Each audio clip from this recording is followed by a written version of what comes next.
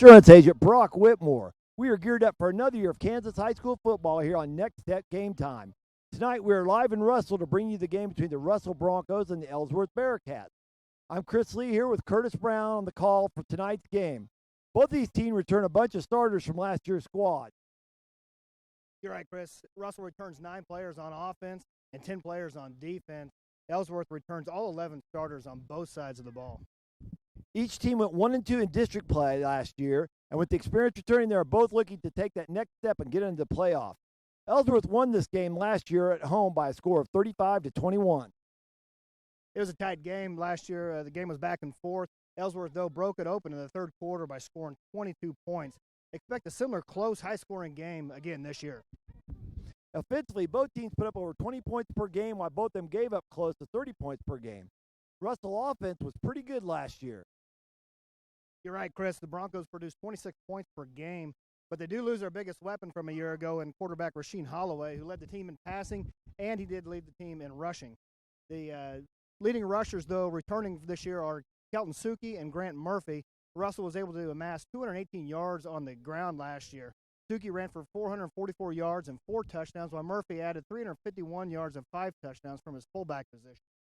Broncos were balanced, though, last year. They averaged 113 yards per game in the air. Senior Tanner Brown is leading returning receiver. He had 23 catches, 373 yards, and 4 touchdowns. And senior Alex Winholtz returns, coming off a 12-catch, 232-yard performance and 4 touchdowns. But look for Winholtz to slide over to the quarterback position today. I know Coach Brule said that they really felt good about their quarterback group this year, even though they graduated Holloway, that they felt like they had a lot of kids with some experience that would jump in there and really help out, and he was real confident in Winholtz. On the Ellsworth side of the ball, their offense leaned heavily last year on the ground game.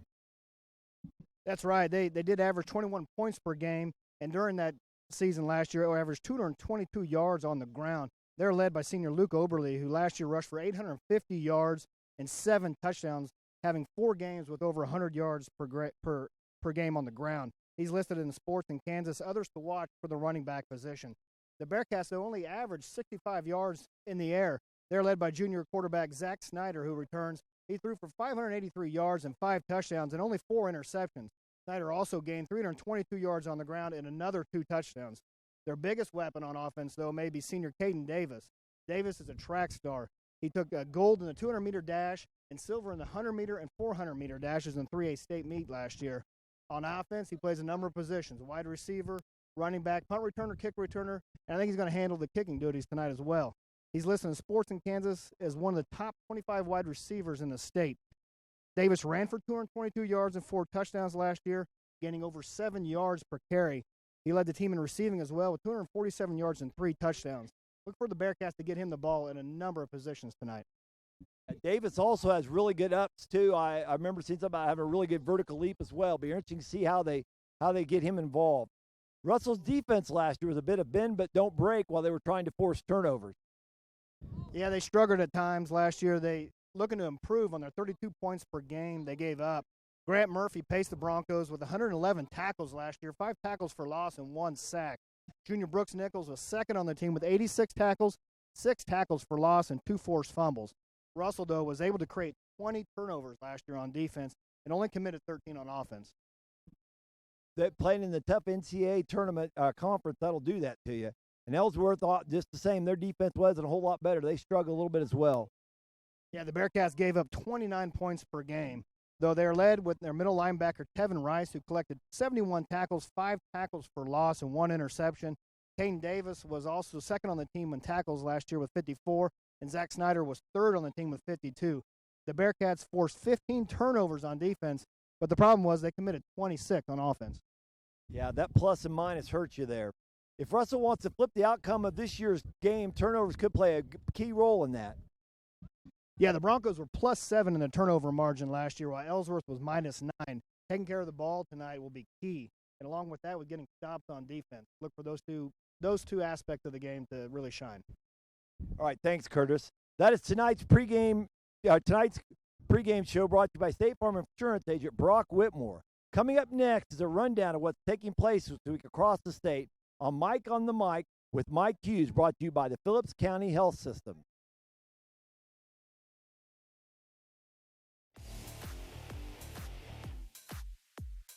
Nex-Tech Game Time is brought to you in part by the Chiropractic Centers of Phillipsburg and Stockton, Leon's Welding and Fabrication, Norton County Hospital, State Farm Insurance, Agent Brock Whitmore, Bullseye Media Event Center and Venue, Pack Leader Technology, Hammett Land and Auction, Advantage Glass Plus, and Roofmasters Roofing and Sheet Metal, and by Mabeson Miller, LLP, Heritage Insurance Group, The Golden Q, Storage Solutions of Hayes, J-Corp, Hayes Recreation Commission, Rogers & Associates Insurance, and by Progressive Physical Therapy, Tri-Central Office Supply, Flatlander Dirt Works, Nex-Tech Wireless, and Phillips County Health Systems.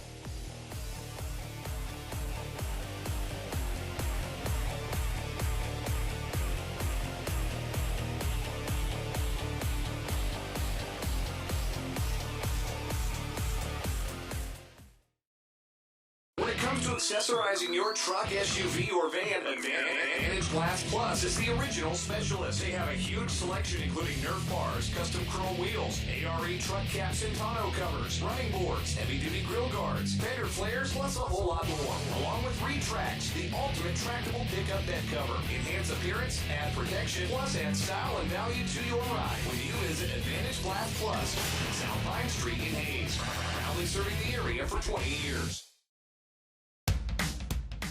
At Bullseye Event Center, we consider every detail when transforming our space into the perfect setting for your event. Our newly renovated, unique facility is ideal for weddings and receptions, corporate events, and parties for up to 300 guests. We also have smaller rooms and on-site kitchen available for meetings and reunions and social gatherings.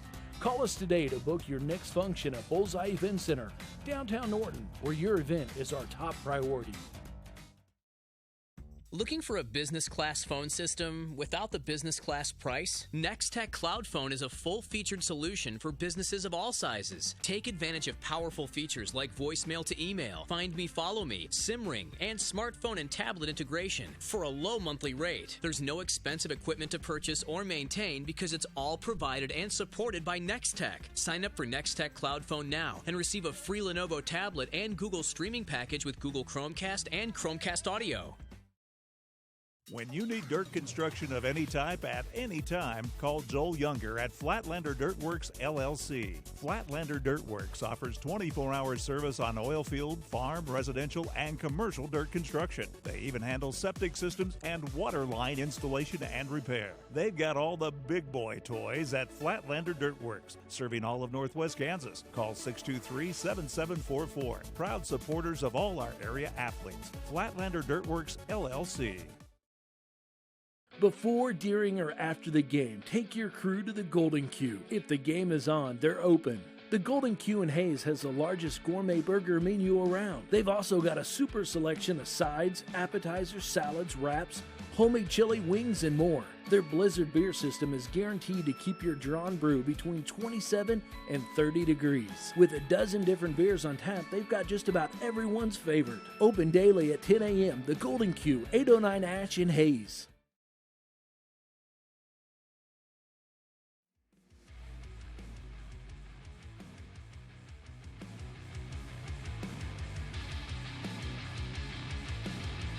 Good evening, and welcome to Mike on the Mic. I'm Mike Hughes. Well, the 2016 Kansas high school football season kicks off this weekend, so let's check out this weekend's area matchups. First off, there's one game played yesterday. Hoxie traveled to Greeley, Colorado, but we do not have a score at this time. In our area, the game of the week you'll watch later on, Ellsworth is at Russell. The Broncos trying to get on track as Ellsworth has won the last 5 times out. Quinter will be at Dighton. Dighton will feature senior Dylan Foose, who had 57 receptions last year for 845 yards and 17 touchdowns. Golden Plains will travel to Natoma. Rock Hills, who was district runner-up last year, will be at Wilson, and sophomore Zane Colson will lead the Grizzlies as he had 944 all-purpose yards last season. Spearville, last year 13-0 and last year's 8-man-1 state champs, will travel to Hill City to take on the Renex. Spearville will be headed by senior Luke Hessep, who had 1,468 yards and 30 touchdowns. Central Plains will be at Victoria. Of course, the Knights 12-0 last year, and last year's 8-man-2 state champions. However, they'll have to rebuild as Victoria graduated all 8 offensive starters. Stockton will be at Trigo. Lakeside at Pike Valley.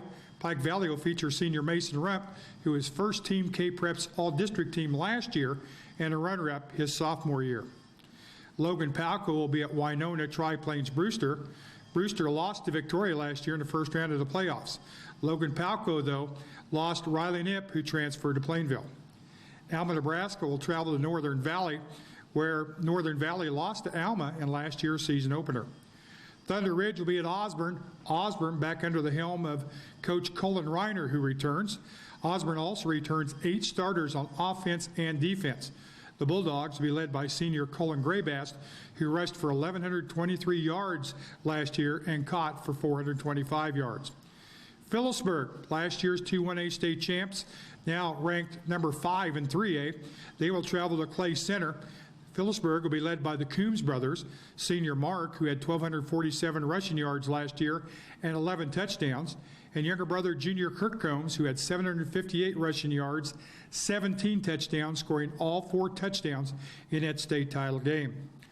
Goodland will be at Norton. Norton ranked number 3 in 3A. This is going to be an aerial battle. Norton will be paced by junior quarterback Jace Reuter, who has several Division I colleges scouting him already.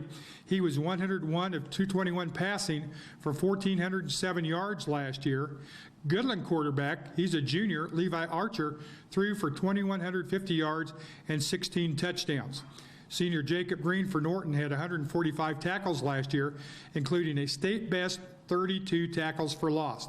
This is going to be a battle of the secondary on defense. Coffeyville will be at Great Bend. Great Bend has a new coach in Aaron Beck. Senior Bryce Lytle had 57 catches last year for Great Bend for 1,049 yards and 8 touchdowns, while senior quarterback Jacob Murray had 2,475 total yards and 31 touchdowns. Smith Center, ranked number 1 preseason in Class 2-1A, travels to Plainville to take on the Cardinals. Smith Center lost in the sub-state game to Phillipsburg last year, but they returned senior Caden Meitler, who had 1,017 yards and 104 tackles. Plainville, though, has a great athlete in Hayden Friend. He returns. He had 830 yards rushing, 21 touchdowns, and also threw for 1,760 yards and 10 touchdowns. He'll get some help from Riley Knipp, I mentioned earlier, a transfer from Logan Palco, who had 626 yards, 9 touchdowns last year. On offense, 74 tackles on defense. Young Ball Club, Smith Center only lost 5 seniors, Plainville losing 3. Abilene will be at TMP. TMP also a new coach, Jason Colley. TMP will try and upright the ship as they are 1-17 since joining the Mid-Continent League, and they'll have to tangle with Abilene's Sam Burt. He's a senior all-league guard defensive end. And Hayes High, the Indians travel to Scott City. Scott City will be led by senior quarterback Bo Hess, who threw for 1,265 yards and 14 touchdowns last season. Well, that's going to do it for this week's edition of Mike on the Mic. Thanks to our sponsor, the Phillips County Health Systems. Now we'll send it back to Curtis and Chris with our area game of the week right after this message. I'll see you next week.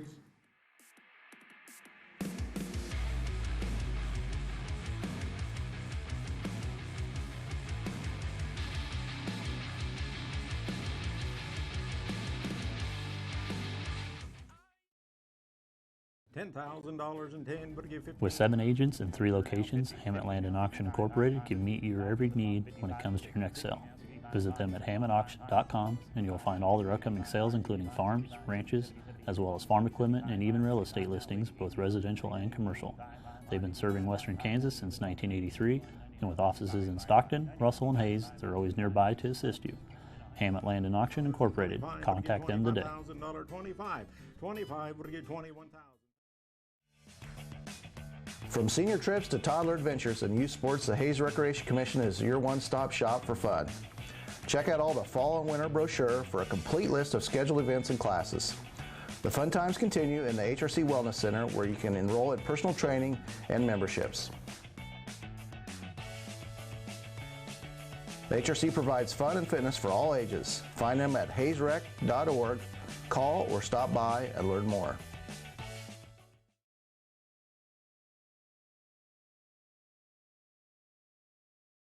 When it comes to commercial and residential concrete construction in the Hayes area, J-Corp is the preferred choice.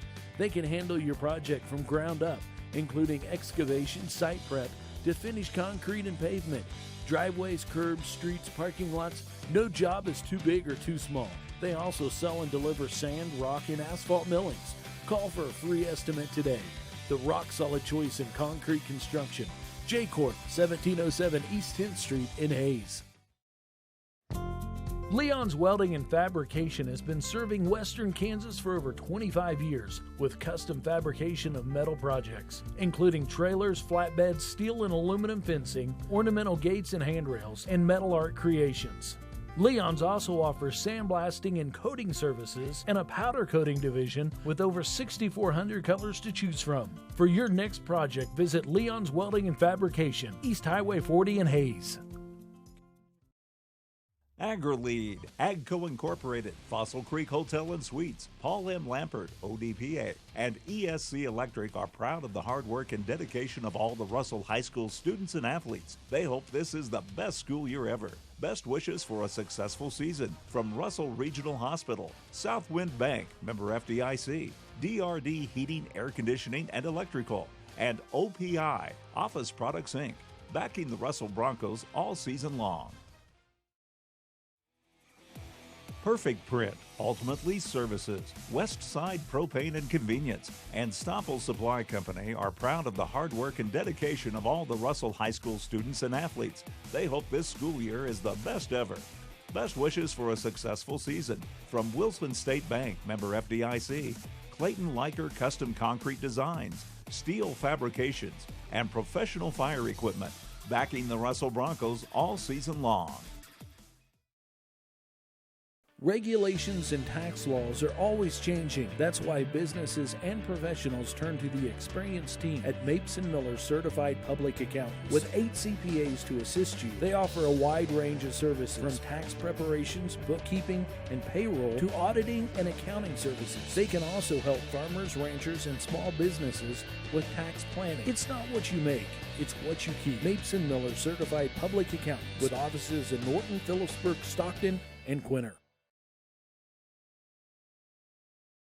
Norton County Hospital would like to welcome Dr. Greg Serene to the community. Dr. Serene is a board-certified surgeon and trained in sports medicine. His practice will focus on knee injuries, joint replacements, and general orthopedics. Dr. Serene has been practicing for over 20 years and looks forward to providing orthopedic care to Norton and the surrounding communities. The Norton County Hospital, dedicated to caring, commitment, and community.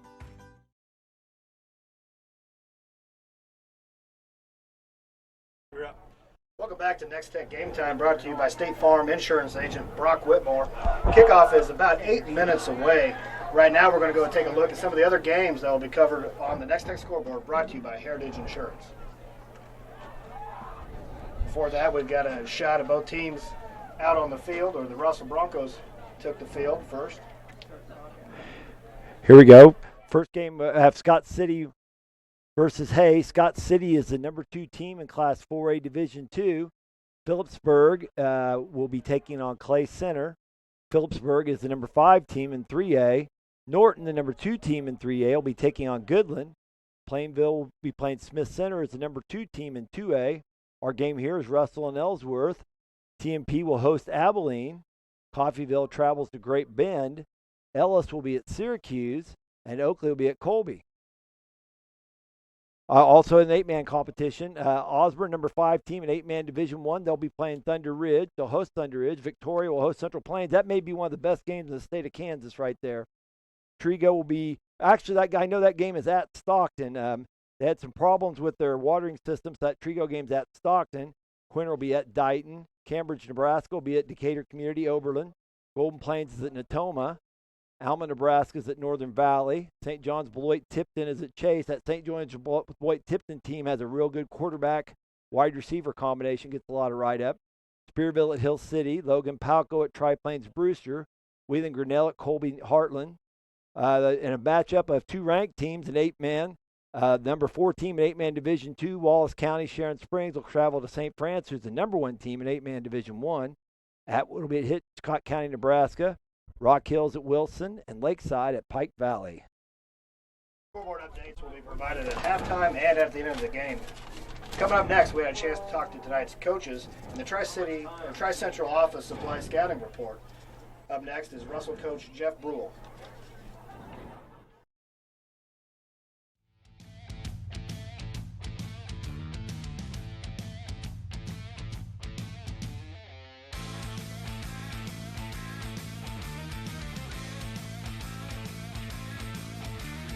All right, Coach Brule, how are things looking for your team so far this season? Things are looking great for us. Got really great senior leadership. Got 10 seniors this year. So during the off season, they've been great with kids in the weight room. You know, and we've gotten stronger. We've gotten bigger, faster. As far as injury-wise goes, we're really in good shape there. Everybody's pretty healthy and has had a physical start to the season so far. Great. How many players do you have out this year? I have 43 kids on the team. 43 kids. How many are those are freshmen? 7. 7. So we're a little short on freshmen, but you know, hopefully that'll change here in the next couple of years. Okay. You're coming off a 4-win season. Any particular players you're looking at to help lead your team this year? It's all those seniors. It starts with all those seniors. That's been a group that you know, from their freshman year they've had to come in and start right away, because that freshman year we only had I was an assistant then. We had close to 30 kids out, and a lot of those kids got thrust into a starting role on a varsity level, and you know, it's kind of trial by fire for them. And you know, there's Alex Winholtz is one of those kids that is going to play quarterback for us. Grant Murphy's been a great player for us ever since he stepped in the high school. Kelton Suki's come a long way, and he's going to be a great runner for us. Our offensive linemen, Seth Boxberger, Cameron Killian, Matt Burley. You know, I don't think I have to explain to any coach that when you got senior-led offensive line and defensive line, that leads to some pretty good things happening for your team. Awesome. Okay. All right. You got Ellsworth on Friday night. What do you know about those guys? Hey, they're kind of like they've always been, really. You know, they're really athletic kids. They're athletic kids. You know, they're coached well in the scheme that they run. They got a couple kids that they really want to try and get the ball to. They got a fullback, Luke Oberly, that's a real strong kid, good runner in between the tackles. Caden Davis, you know, he's a fast kid, real fast kid, an athlete out there on the field that you can do a few different things with. Let's see, their quarterback, Zach Schneider, another one of those kids he's just an athlete that you got to kind of keep your eye on defense all the time. Defensively, you know, they're big up front on their defensive line. You know, they're big kids right there, space eater type guys, and their secondary especially is again very athletic, and they'll come after you. So it's a great challenge for us, but you know, we're really looking forward to it. Okay. All right. So what's the keys to a Bronco victory on Friday night for you guys? The keys to us is just, you know, more games are lost than won. It's limiting mistakes, limiting penalties, limiting turnovers. Gonna have to really focus on the finer details and really protect ourselves, really, and just you know, do things to where we don't get ourselves beat. I feel that if we do that, if we play physical football, if we're able to match, you know, punch for punch with them, that we'll be all right. Okay. Last one. What's your thoughts on the season? And I know everyone's goal at the end of the year is to get in the playoffs. What's your thoughts on the season? Well, that's kind of what we're shooting for right there. That's kind of been the talk all around the off season, within the coaches, within the kids, and things like that. And that kind of started right there in the off season with a lot of the, you know, team bonding and stuff that we did, and kind of setting goals and thinking about things like that long before, you know, our first practice ever even really took place. You know, yeah, we got great teams in our district. In our district, we got, you know, Norton, who's always really solid. We got a Phillipsburg team that comes up from 2A, and then TMP with a new head coach I think is going to be quite a bit better. So it's a great challenge for us. And you know, 4 of our 9 opponents are ranked in the top 10 in 3A. So it's one of those situations where you know that you're going against good teams, and that's really what you want as a head coach. And I feel as a player, you don't want to get to the playoffs and be untested. So our goal is to get there to the playoffs, and you know, really at the end of the season, just feel like we did the best that we could. You know, you can only control what you can control, and you know, if we do the best that we can and we feel confident in that, and you know, we can come at peace with that, then I'm happy with that.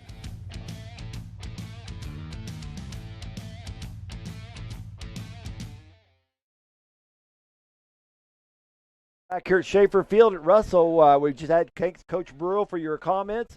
Let's take a break here. We're about 50 seconds for kickoff. They're meeting out the middle of the field right now. You are watching Nex-Tech Game Time. When it comes to customer service, other carriers just can't compete. At Nex-Tech Wireless, we don't hire just anybody to assist our customers. We won't bounce your call around to 16 different supervisors, and we'll never tack on unexpected charges to your monthly bill. We'll even buy out your old contract for $650 so you no longer have to deal with second best. We train hard to win a gold medal in customer service. Nex-Tech Wireless, something different. Get more of the potential you plant with the latest from 360 Yield Center. Unlock trapped nutrients and speed residue breakdown with 360 Chain Roll. Prevent root-restricting berms to give roots access to potential-boosting moisture and nutrients with 360 Bullet Ripper Points. And capture more yield at every harvest by reducing header loss by 80% with 360 Yield Saver replacement gathering chains.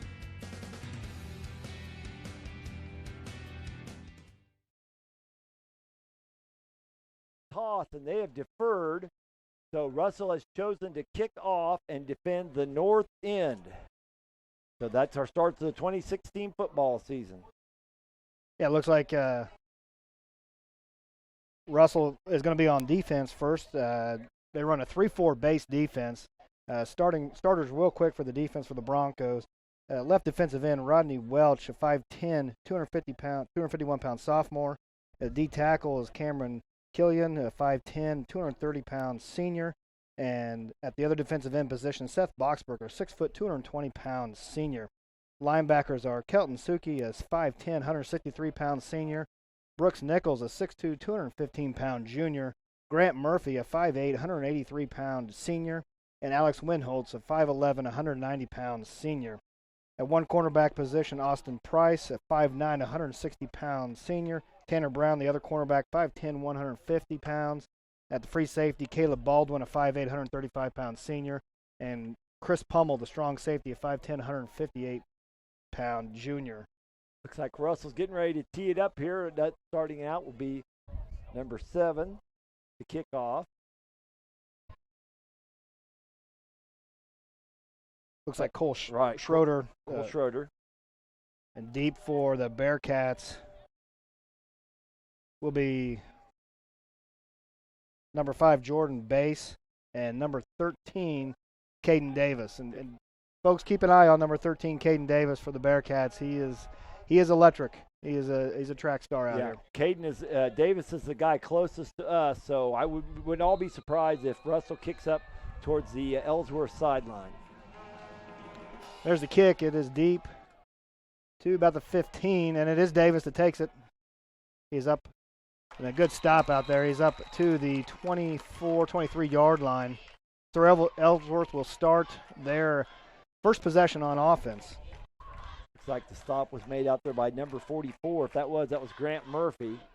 So Murphy will make a lot of stops tonight. I'm a little surprised he's on the kickoff team, but you know what? He's your surest tackler, so that might be why they have him on there. The officials are discussing something right here. I think let's see if they're getting ready to make a call. There is a flag.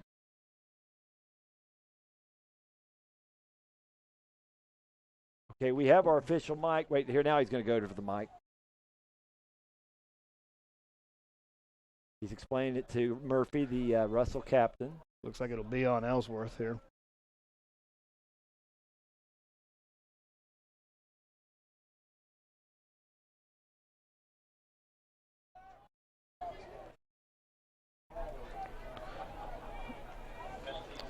Looks like holding was the call, and that penalty was not accepted by the Broncos. So Bearcats start on offense. Junior quarterback Zach Schneider. Back on the 23-yard line, be 1st and 10. And there's a fake, and now Schneider with the ball. And he's up across the 40 to the 42-yard line. That'll be a nice 15-yard gain there for and looks like they've got a different starting quarterback in there. That's David Korlek, a 150-pound senior, taking the snap. So the information we got is they run a spread offense. It looks more like a flex bone offense to me out there. And the quarterback again with the carry up to the 49-yard line. And I apologize. That is Zach Schneider. I'm sorry. I had the wrong number. That's our first game too, folks. So, so it'll be 2nd down and 4, it looks like. Schneider under center. With a sweep out to Davis. And he is met. Yeah, get a little pop up here, even this far away. Yeah, Tanner Brown there with the stop for the Broncos, but he does pick up 5, and it will set up another first down for the Bearcats, and they've got a pretty good start to this first drive of the year. Into Russell territory at the 47-yard line will be 1st and 10. Like I said, Ellsworth practicing some tempo offense here.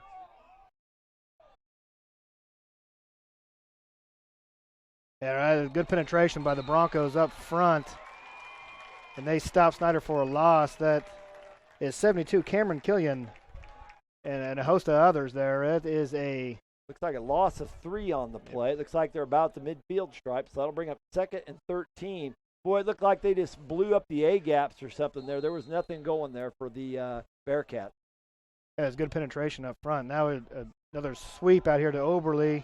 And Oberle's got the corner to the 40, 30 now. Down to the 20-yard line. Nice run by the senior Luke Oberle. There is a flag, though, back at the 46-yard line. Holisek did a nice job the right end, but it looks like it's going to be against White. Yep. He did a nice job squaring off his corner there, but to no avail. And that wipes off a nice run by Oberle. And will put the Bearcats back in a bigger hole than they were already in. Let's see if we get our official. We have him mic'd up, but maybe we're having a technical problem too. So.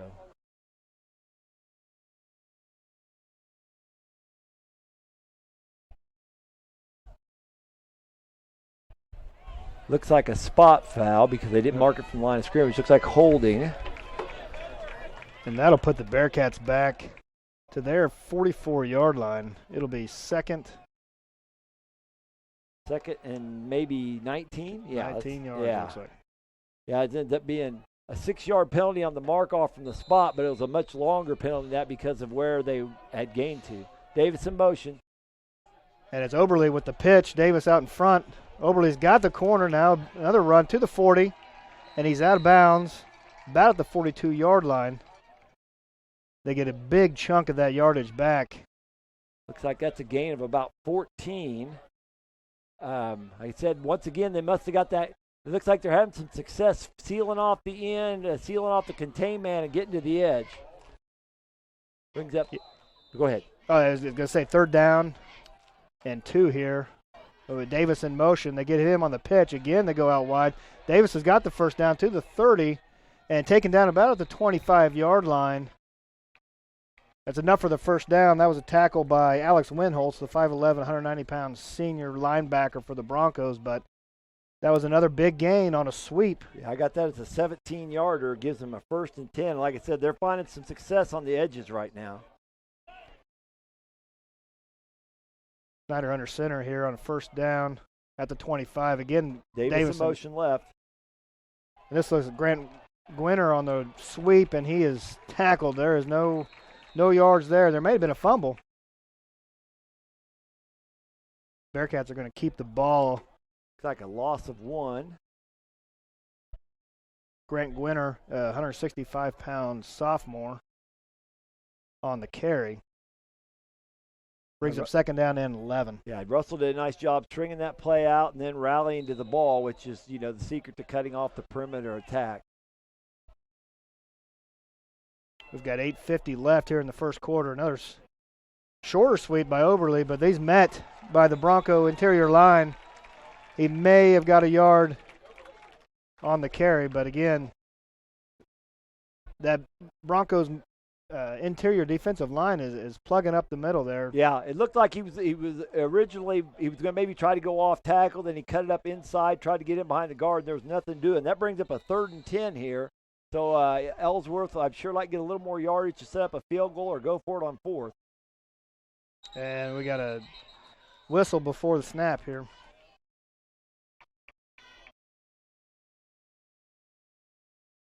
Looks like it's going to be against dead ball foul. Illegal procedure. That'll set the Bearcats even further back now, making it 3rd and 15 from the 30-yard line. Yeah, penalties have hurt in this drive. They've done a nice job running the ball.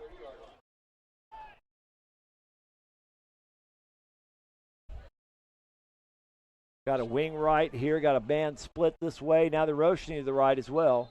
And again, another.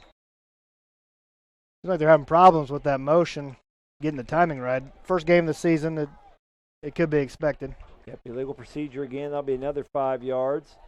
So that'll put him back to a 3rd and 20. And this is a position I don't think the Bearcats really want. They're more of an offense or a rushing-based offense. So to be 3rd and 20, I don't know if they've got many plays over there in the play sheet. Yeah, don't be surprised. They don't try to get the ball into Davis's hands, but like you said, they're more of a stay-on-schedule type of offense. And Snyder back to throw. He's getting pressured. He rolls back out to his left. And it hits it. Oh! Colton Howard had beat his man out there in the left flat. A good pass by Schneider, but Howard was not able to haul that in. That brings up 4th down now. 4th and 20 from the 35-yard line. Yeah, that ball was nicely delivered, just couldn't quite haul it in. Yeah, this is a tough down and distance because you're probably out of any kind of field goal range, but you're awful close to punt. Looks like they might try to go for it. A lot of times in this situation, try to draw them offside, but 5 yards really ain't going to help you much either. Looks like they've got a cluster right. Now they're going to shift the man back left. And 2 people in motion. You can only do that in Canada. You can't do that in America, folks. Oh, I thought they blew that dead, but I guess they didn't. Davis nice cut block there by the quarterback. And there's another. I think all the officials emptied their flags out. And you don't see that except in a high school or junior high football game. But that quarterback threw a nice cut block, Schneider, and you can't cut outside the free blocking zone. So that might be an illegal block on top of everything else. Here's the replay. Bam, right there. There was a cut block by the quarterback. That nice block if it's inside the free blocking zone, but I don't think you can do it way out there in space. Yeah, there's the illegal cut block. Both penalties against the Bearcats. That play didn't look like they were on all together on that play at the start. They got 2 guys in motion, and nobody knew where to come set at. I thought obviously it doesn't matter what we hear up here, but I thought I heard a whistle, so that's why I kind of hesitated a little bit. But the guys played, so it didn't affect the players. And they'll take this penalty. Look, it is a spot foul. I guess for the Bearcats, that gives them a little room to bring their punter out down on 4th down. And Caden Davis will handle the punt duties for the Bearcats.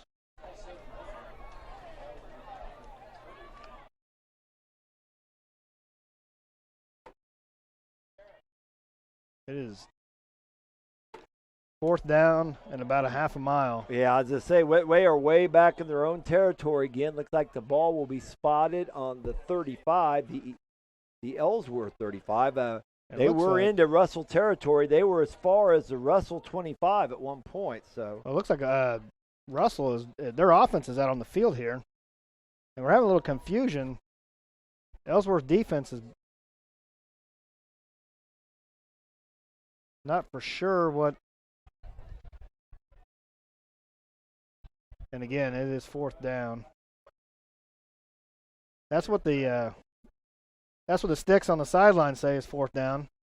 But if they take the penalty, I would think that Ellsworth would get to run the play over again. I wouldn't think that would be a loss of down. Like I said, I think Russell's got their offense on the field. That was a 4th down play. Right, but there shouldn't be loss of down because the official should have signaled behind his head if it was loss of down. So, and I may have missed the official's call too. I may have missed something. So, that's Russell coach Jeff Brule out asking for an explanation from the White Hat. And I think he's not happy with the fact that they took the penalty. I bet he would say, "Hey, we would rather just have the ball at where the tackle was made." But right. So it'll be Ellsworth ball. 4th down, and I think it's more than 20. Yeah, it's a long. Whoa! The sticks move. Yeah, they moved the sticks already. It was set up. Yeah, now they're readjusting the sticks. But like I said, first game of the year. We're all going to have these issues tonight. We're going to have the issues. The Russell guys next door to us, they won't have these issues. They're old pros. They're good at it. So, but you see the sticks, they move way back down to where they originally were set. But it is 4th and a country mile to be sure. If we had Dizzy Dean up here, that's what he'd be saying. So, back to punt should be Caden Davis, number 13. I don't think Caden's going to fake it here. No, I think with this distance, I think he's going to punt this away. Nice rush by Russell. Didn't quite get to the ball. Tanner Brown back for the Broncos. Brown fumbles, recovered. No, maybe not. Still a loose pig. Ellsworth's got it looks like. And they do. It's going to be first down for the Bearcats now on the 13-yard line. Okay, it's number 5, I think. Yeah, number 5 came up with that ball for Ellsworth. Jordan Bass. Wow, that's a big break for the Bearcats. That will give them the ball with 7:48 here left in the first quarter. It will give them the ball at 1st and 10 at... It's like the 13-yard line, I believe. Thank you. And this whole first quarter, Ellsworth's offense has been out on the field. Yeah, I'm sure Russell Coach Brule right now is even more upset because if they would have not taken the penalty, there would have never been a punt. Davis in motion. It looks Oberle gets the pitch. He's off the right side, down into the 5, down to the looks like the 4-yard line. Luke Oberle with a nice run on first down. Close to the sticks, give him 9 yards here. Set up 2nd and 1 from the 4-yard line. And again, that was a pitch out wide. Yeah. They've had a lot of success. I've been watching if they're pulling guards or how exactly they're getting that, but they're doing a nice job. Got a bunch right. Davis motions left. And he takes the pitch, cuts it back up, but Broncos were there to stop him at the 2-yard line. But that will be 1st and 10, or it should be. Yeah, it'll be 1st and goal here from the 2-yard line for the Bearcats. Nice touchdown saving tackle, but Davis did get the first down.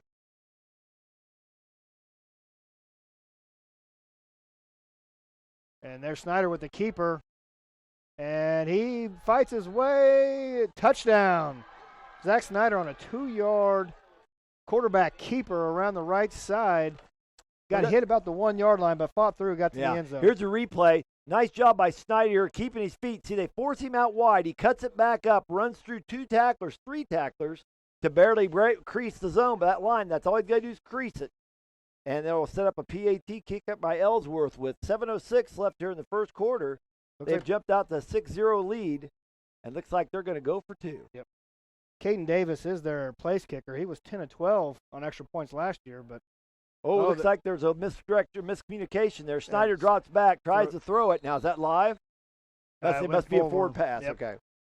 The 2-point conversion is no good, making our score 6-0. Ellsworth on top of Russell with 7:06 left. You're watching Nex-Tech Game Time. Progressive Physical Therapy Center has been an integral part of the Hayes community since 2007. Tim Marcus, physical therapist, has led the Hayes physical therapy team ever since the business opened. The Progressive staff offers expert care in a friendly environment. You no longer need a physician's referral when seeking services provided by a physical therapist. Call Progressive Physical Therapy. Their licensed therapists provide personalized patient care and treatments. Progressive Physical Therapy, 2209 Canterbury in Hayes. We're 6-0. The visiting Bearcats are on top here. 7:06 left in the first.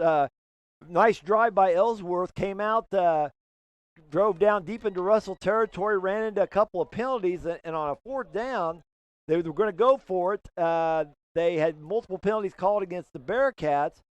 Russell I don't think meant to take the penalty, but they did. I know Coach Brule wasn't very happy once it was all explained to him. So on the subsequent punt from deep in Ellsworth territory, Ellsworth Russell fumbles. Jordan Bays recovers the fumble. 3 plays later, Schneider scores on option keeper to give the Bearcats a 6-0 lead. And so Russell now finally, 7:06 left in the first quarter, is going to hopefully get on offense for the first time in this game. They are going to, starting quarterback for the Broncos is Alex Winholt, the 5'11", 190-pound senior. He was switched from wide receiver to quarterback this year. And deep for the Broncos, looks like it, Austin Price and Tanner Brown are deep for the Broncos. Kicking off for the Bearcats will be Caden Davis. Caden Davis is Mr. Everything for the Bearcats. Like I said, the track athlete. He's a leaper.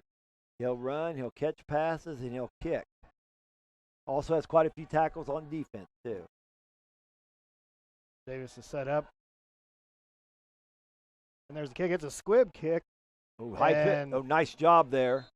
Haven't caught a number yet. That's number 67. Seth Boxberger. Looks like the starting center for the Broncos, flashing some hands out there and was able to pick up that onside kick, squib kick by the Bearcats. And so the Broncos have good field position here, starting off on the 43-yard line. Alex Winholz, we said, starting at quarterback.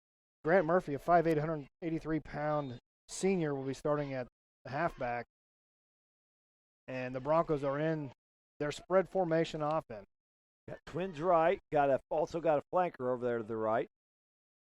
And Winholz on the ground. He takes it. He's gone. He's on 30, 20, 15, 10, 5, and touchdown on the first play from scrimmage for the Broncos. Alex Winholz goes 55 yards for the touchdown, and now this game is tied up.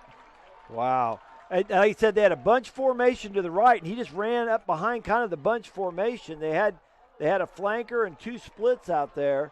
And like I said, it was to the short side, which is a little bit unusual. So I don't know if they knew Ellsworth was slanting to the strong side or what, but nice little run there. 57 yards for the TD. Garrett Ewer's back for the kick here. Try to take the lead for the Broncos. Snap down, kick is up, and it is good. And with that extra point, the Russell takes the lead over Ellsworth 7-6. 6:56 left here in the first quarter. You are listening to Nex-Tech Game Time. Whether barbecuing with friends and pinning pictures on your tablet about your dream fire pit, watching baseball on TV and waiting for Salvi to dump the ice water, or chatting with your mom on the phone about her cat's newest trick, the last thing you're thinking about is the technology you're using. It should just work. Nex-Tech has the highest rated internet, TV, and phone. Switch now and receive 3 months free and free installation. Certain restrictions apply. New services only. Enjoy life more. Switch to Nex-Tech now.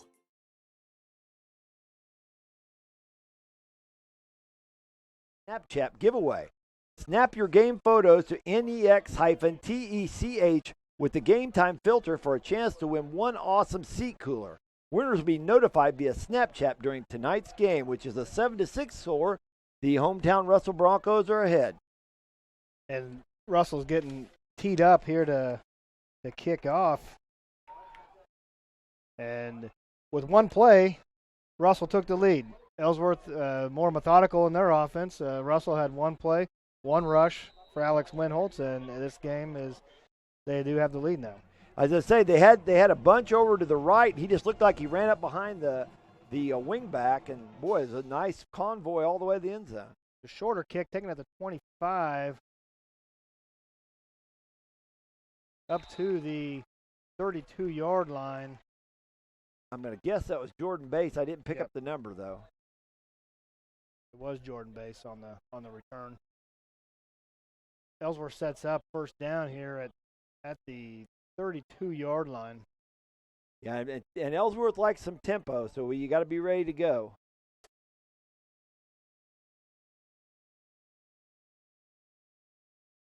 Snyder back to pass. He's got, his receiver was wide open. Brayton Holek, 145-pound senior, had Russell had missed on on their coverage, and he was running free down the middle of the field, but Snyder overthrew him on that. Will bring up 2nd down and 10. That's not always a bad thing, though, just to loosen up the defense once in a while with something like that, too. Especially since they've been having so much success running wide, those corners might start getting nosy. That's just an inside dive there. And Oberle breaks a tackle out to the 46-yard line with a good tough run up the middle. They've been hitting the outside on the sweeps and hit Oberle there on a dive play. And the Bearcats are quickly back up to the line of scrimmage. I couldn't tell if that was trap action or not, but boy, it's just definitely fullback just straight up the gut. Korlek in motion, and it's Oberle again on the middle. That's a straight dive action there. We got 4-yard gain, maybe 5.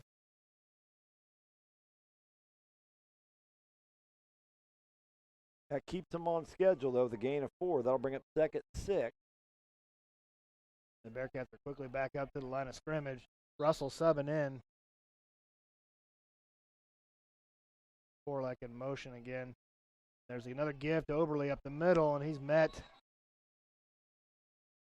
They do give him forward progress, does give him a nice 3-yard gain up to the 39-yard line. Yep, they're still on schedule. That should give them about a 3rd and 3.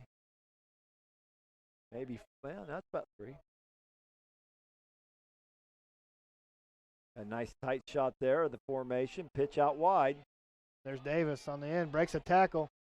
Out to the 30, out to the 25, and steps out about at the 21-yard line. A nice play on 3rd down for Caden Davis on the sweep.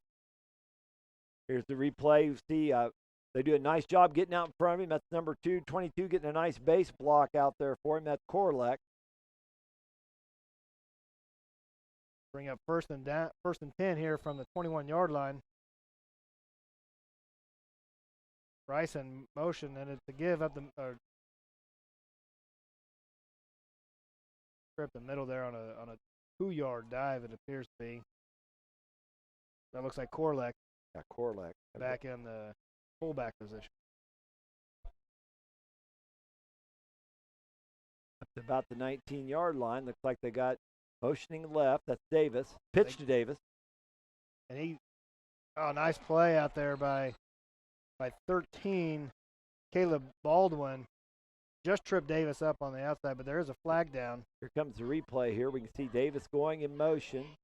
Fake the dive, pitch out their left. They cut the defensive end there. 30, that looked like had a nice job blocking there, but the Russell defender fought through that block and tripped up the ball carrier. Nice play out there on the corner.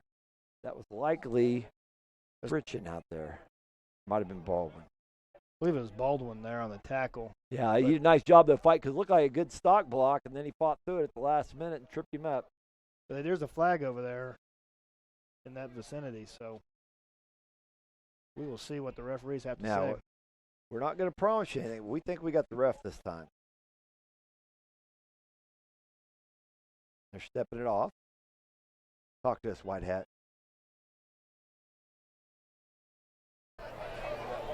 Looks like it's holding. I'll tell you what he said. Brings it back to the 26-yard line. It'll be 2nd and 15 for the Bearcats. Snyder under center. And there's a Korlek on the toss. A nice tackle out there on the edge. Looks like that is number 10 for the Broncos. Austin Price brings up 3rd down and 13 for the Bearcats.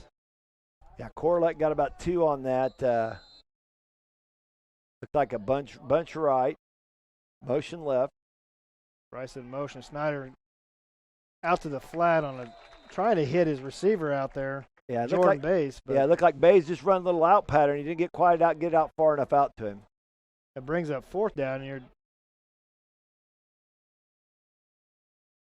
We'll see what's going to happen here. I would imagine they're probably going to go for it unless Davis does kicks as well as he runs and catches, and they are going to go for it. It looks like they're going to go for it. Looks like they got a bunch right here. Motion left. Fake the dive. Snyder's in trouble. And just tries to get away with, tries to throw it away, and that's an incomplete pass. And the Broncos are going to take over. First down at the 24-yard line. Here's a replay. Maybe I can pick up who forces Snyder to just toss it up. Looks like it's the right end. That's going to say Burley or Riley, one of the two.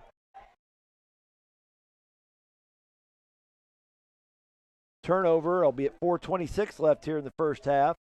It will be Russell ball at their own 24. They're going to get ready to take their second offensive play here in the first quarter. Alex Winholt's back in the shotgun. There's a zone read. Handoff to Suki, who gets up to about the 29-yard line.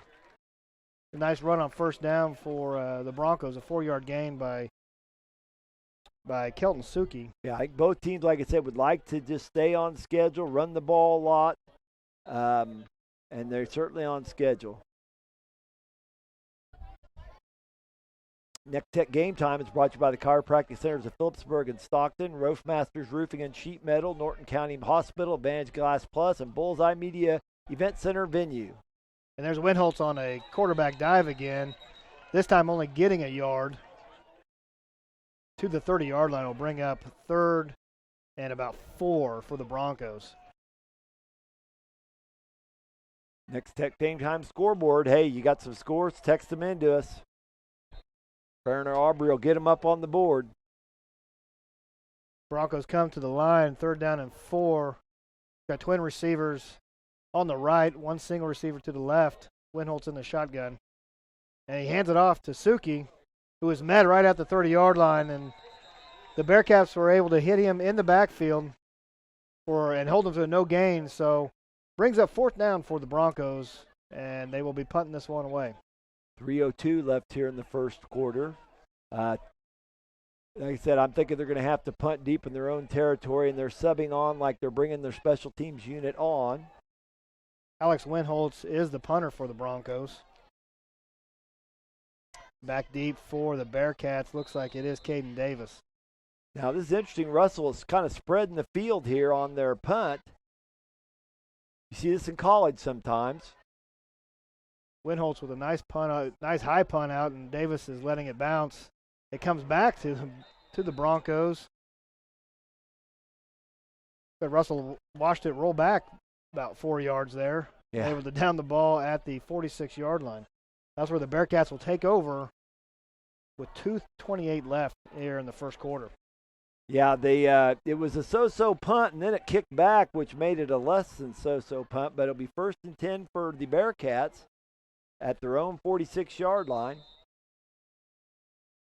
Snyder under center. There's Davis in motion. And there's a pitch to Oberle. And he tries to cut back. Nice stop there. Number 4 for the Broncos. That is Alex Winholtz. The nice seal out on the edge. Yeah, they did a nice job rallying the ball here. Here's your Nex-Tech Game Time replay. Pitch out wide. They did a nice job springing it out. He kind of cut back, and they filled inside out. Nice job there by the Broncos. Brings up 2nd down and 11. And there's, again, a procedure call against the Bearcats, and they're having problems with their timing, it looks like, on their offense.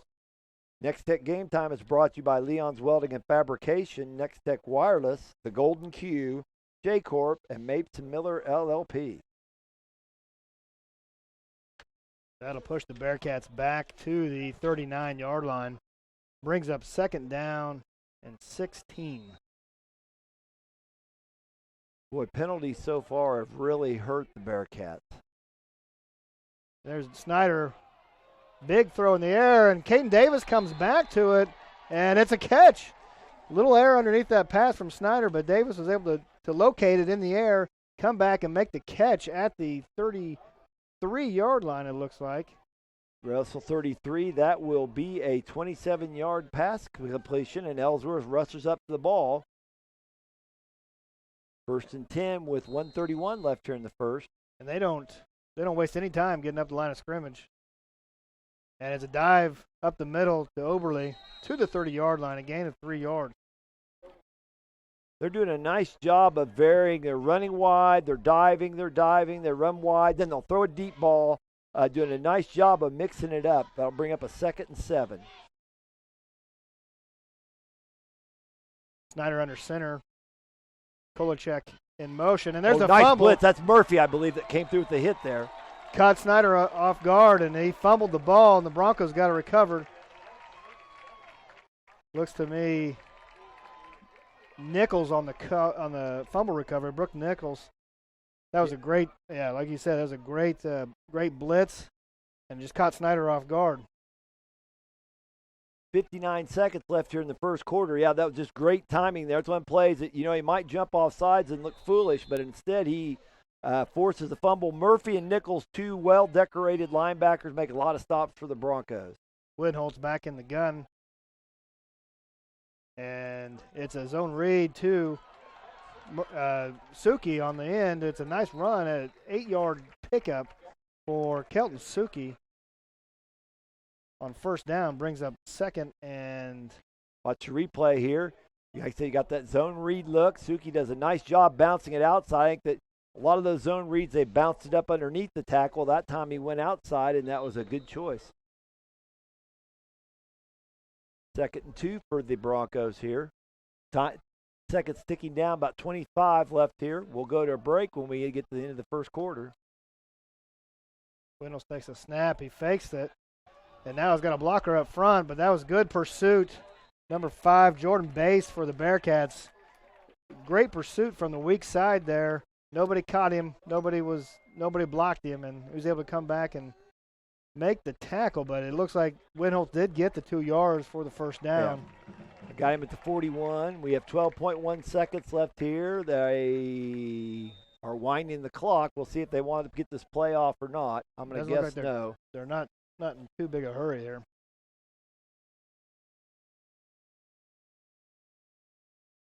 And they do get it off, and it's a sweep out there to Tanner Brown, and he is stopped with just a 1-yard gain. That was close for the quarter to end. But we are at the end of 1. Our score, Russell 7 and Ellsworth 6. You're watching Nex-Tech Game Time.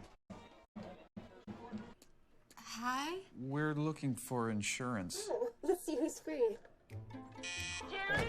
When insurance agents work for only one company, their options are simply limited. But a trusted choice independent agent is free to shop many companies for a better deal. Free to do what's right for you. Let us shop for you. Contact Rogers & Associate to learn more.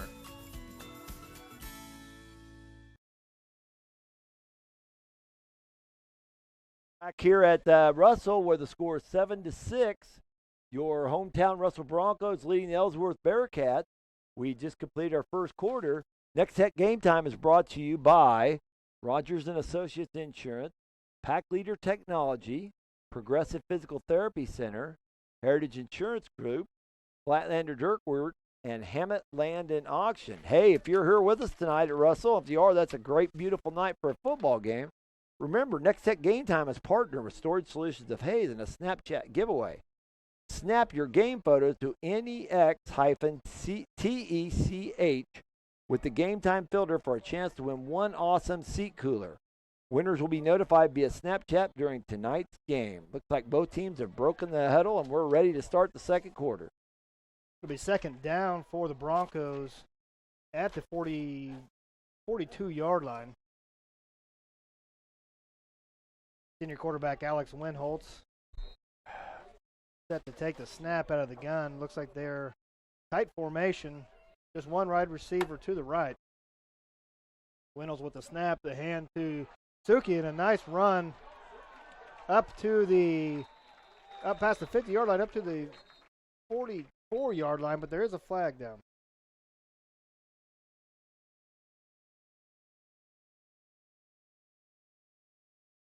Ooh.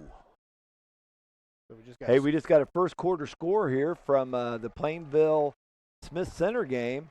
8-6 is your score. A nice tight battle there in the Mid-Continent League. Smith Center is ranked, and Plainville had a nice season last season. Seems to me they got out of their district into the playoffs. I know it was them and Ellis coming down to the wire. We did their game in a rainstorm there at Plainville. I think Plainville won. I'm not sure. Looks like an illegal use of the hands on the Bearcats. That'll give the Broncos a first down. That was Suki on the run, and you add the penalty. Brings the ball to the 34-yard line. Now for the Broncos, 1st and 10. They're set up in good field position here.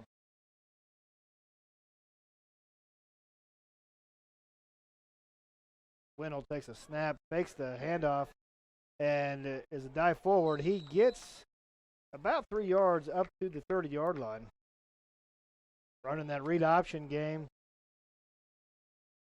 Yeah, that's, that read option, they spread you out, make you defend the entire field, and that makes a big difference. The quarterback, has got to be smart. It's the end. Is he containing? Is he following dive? It makes the defense stay assignment sound. Broncos set up here on second down. Second down and 5. And Winholtz now in the zone read. Gives to Suki. Nice run up the middle. Was just tripped up by number 60, Daryl Gustin. Was able to get 3 yards, but he was looking for more. Gustin was able to trip him up. Will bring up 3rd down and 2 for the Broncos. Big gain there. Suki picks up 3 on tough running there, but brings up the 3rd and 2. Now we're going to see how the Broncos handle a short yardage situation out of the shotgun. So they got twins to the right. Got a wing bat left. Now they're motioning left. To fake the sweep, and Winholtz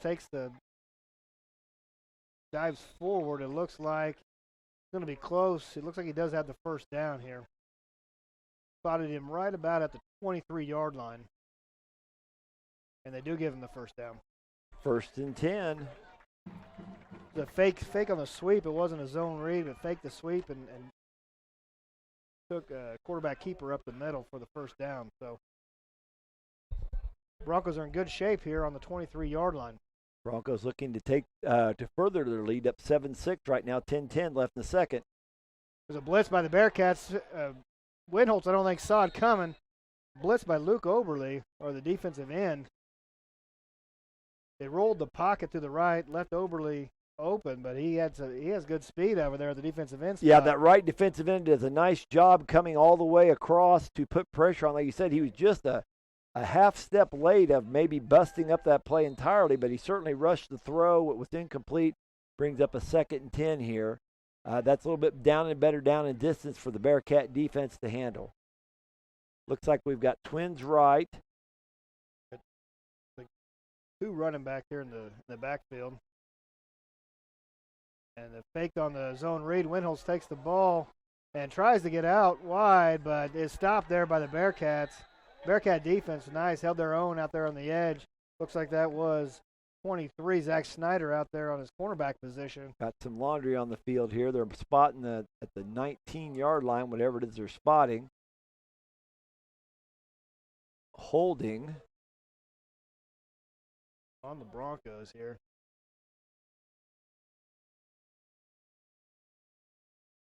See if the Bearcats will take the penalty or take the down. Would bring up 3rd down and 10. But they are choosing to take the penalty, it looks like. Quinter Bulldogs down a little bit on numbers this year, and it shows. Dighton's ahead of Quinter 38-0 at the end of the first quarter. We'll march off the penalty. Bring the ball back to the 34-yard line. Looks like 2nd and 20 now for the Broncos. Just under 10 minutes to play here in the second quarter. There's a zone read to Suki, who breaks a tackle and is up past the 30-yard line, taken down by Caden Davis of the Bearcats, but Suki able to get a good chunk of that penalty yardage back. Yeah. Here we got a Snapchat coming up here, our first one of the 2016 season, the first one overall. Got the Russell filter on there. Got a wide shot of the field there. Nice job. It is a nice night for football tonight. Not too hot, and got a nice cool wind out here. Looks like Suki got about 7 on that gainer. That brings up 3rd and 13. Ball resting at the Ellsworth 27. The gift is Suki, and the Bearcats hit him in the backfield. They read that all along. Zach Snyder out there, along with number 30, Tevin Rice. Both the Bearcats players met Suki in the backfield to bring up 4th down and 13. He may have got back to the line of scrimmage. Yeah, that's what I say about their line of scrimmage. All it is 4th and 13. That's a tough down and distance.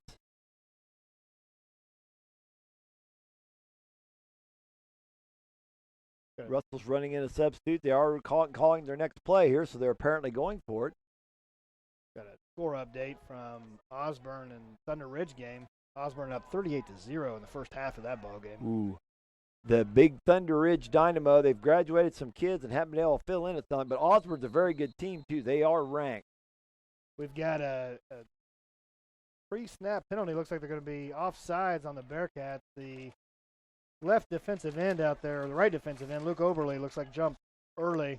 Yeah, that's number 5 team in 8-man Division I. That'll give the Broncos an additional 5 yards to move this 4th down play to a 4th and 9 from the 22-yard line. A little bit easier down and distance to make here. They got twins right with a slot to the right and a single slot or receiver left. Winholtz fumbles the snap, but able to pick it up and able to get the ball off. Wow. Completes the pass up to the 14-yard line. Not enough for the first down, though. What an effort on Winholtz. Here comes our replay here. Winholtz does a nice job just playing some backyard football there. Finds the open man.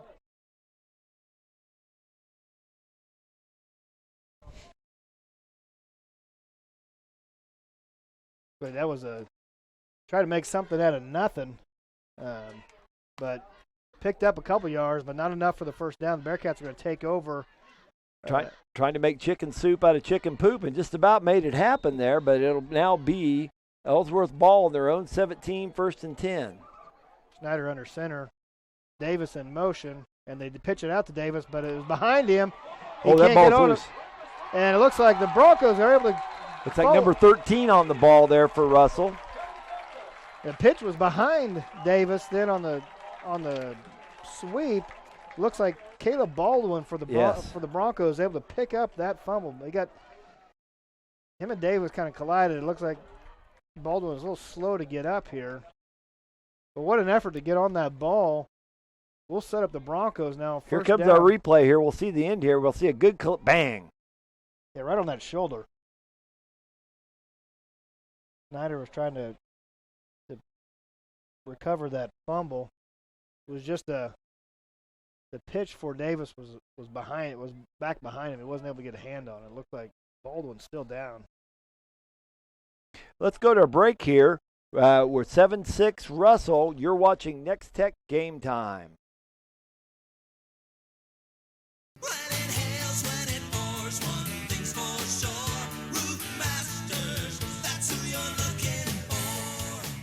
We are your Northwest Kansas premier roofing contractor. We've got you covered before and after the storm. Let us evaluate the condition of your roof and discuss options. We'll often be able to offer efficient, affordable alternatives. Call Roof Masters for a free estimate today. Roof Masters, that's who you're looking for. I'm Dr. Dustin Cheney with the Chiropractic Centers of Phillipsburg and Stockton. Since 2003, it has been my mission to make sure chiropractic care is available in our communities. Thank you for letting my family take care of your family. The chiropractic centers are a safe, natural, and holistic choice. From infants to seniors, their doctors and staff provide comprehensive and personalized care. Remember, pain is not normal. Chiropractic is the natural choice. See their ad in the Nex-Tech directory. For 7-6, Baldwin just jumped on a fumble and appeared to hurt his shoulder on the play as well. He's went off the field with some applause, and they're looks like They're walking him over to the bench there. Russell's set up here, 1st and goal from the 6-yard line. This could be a big break here for the Broncos. Already up 7-6 here. 7:54 left in the second. Windholz takes a snap. Looks like he's just going to do a quarterback dive. Tried to follow his running back. He's still following him. Nice push there by Windholz to the 1-yard line. He was stopped at the line of scrimmage and was able to keep his legs going. 2nd and goal there from about just inside the 1, actually. Just followed his running back, Kelton Suki, up the middle on a dive. And they'll set up a 2nd and goal now from inside the 1-yard line. 2 running backs right beside Windholz, Suki and Murphy in the backfield, and is going to give to Suki off the right end, and he's going to get in the end zone. A nice 1-yard run by the senior Kelton Suki, scoring the touchdown off the Bearcats turnovers, and we talked about that in the pregame, Chris. It's turnovers at this level are going to kill you. Yes, they are, and that's exactly the story here. That big, nice, tough run there by Suki, but 11-man football, you play a lot of possession football. It's about field position. It's about turnovers. 2 of the scores, Ellsworth's score was set up on a fumble too. So Garrett Ewers is set for the extra point, and he knocks it through, making our score 14-6. Russell on top of Ellsworth. You're watching Nex-Tech Game Time. When it comes to accessorizing your truck, SUV, or van, Advantage Glass Plus is the original specialist. They have a huge selection including Nerf bars, custom chrome wheels, ARE truck caps and tonneau covers, running boards, heavy-duty grill guards, fender flares, plus a whole lot more. Along with Retracts, the ultimate tractable pickup bed cover. Enhance appearance, add protection, plus add style and value to your ride when you visit Advantage Glass Plus, South Pine Street in Hayes. Proudly serving the area for 20 years. Russell, where the score is Broncos 14, Bearcats 6. Last touchdown set up, Russell went for it on 4th down, lost the ball on downs at the Ellsworth 17, but on the very next play, Ellsworth fumbled, but Davis fumbled a pitch, recovered by Ball when Ball injured his shoulder on the play, but Russell takes over the ball at the Ellsworth 6, scores 2 plays later. Suki goes over right tackle for the TD. And Broncos are teeing it up here for the kickoff. We've got Cole Schroeder set to kick off for the Broncos. Back deep for the Bearcats, Jordan Bass and Caden Davis. Got a few scores here at the end of the first quarter. St. Francis 8, Wallace County 0. La Crosse and Elkhart no score. Those are the scores there for our area at least. We'll have a scoreboard show for you at halftime. We'll do some other things to try to keep you posted on other action throughout West Central and Northwest Kansas. Schroeder's kick is taken by Bass at the 15. He's able to make a couple moves, but is stopped out at the 26-yard line.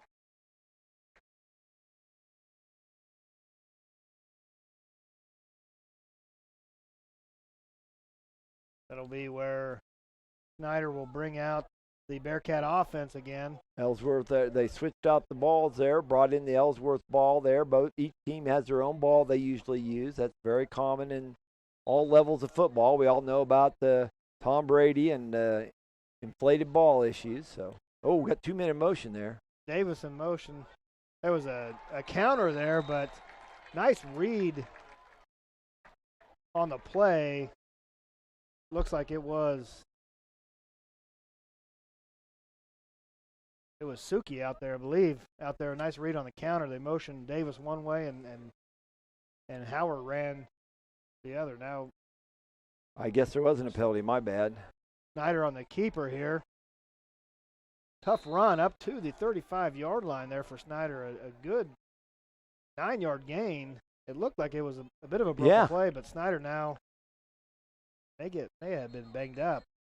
Get it out to the 35-yard line where it's going to bring up a 3rd and 1 here. And like I said, Snyder's banged up, and that's a bad deal because he's the quarterback too.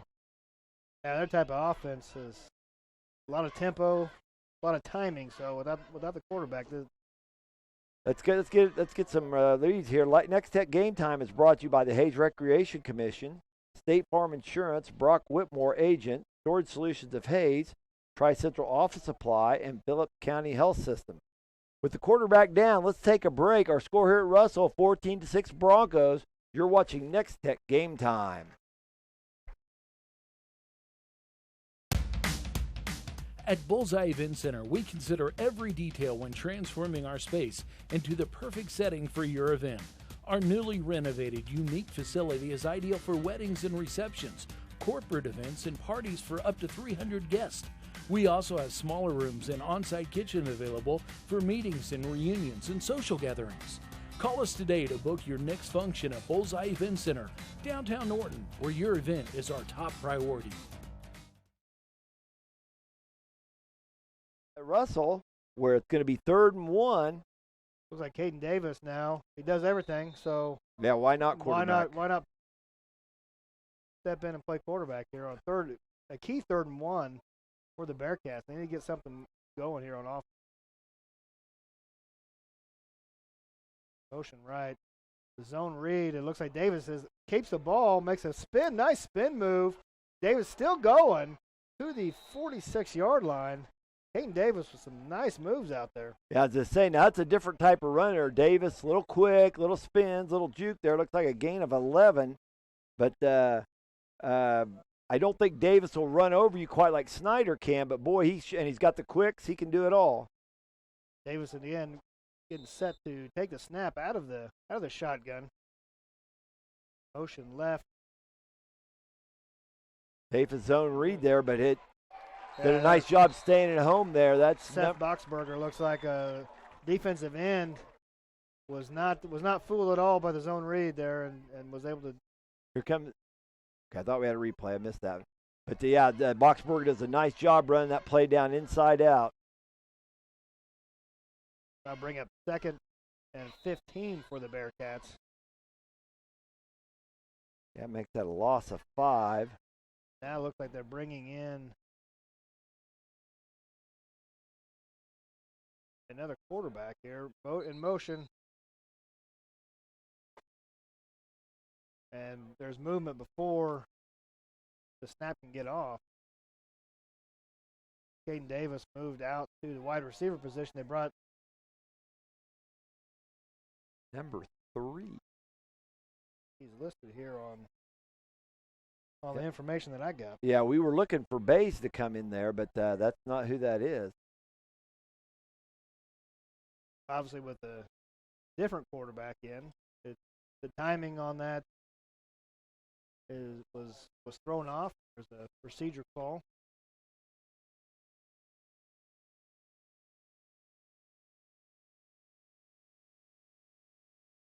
So we just got an update.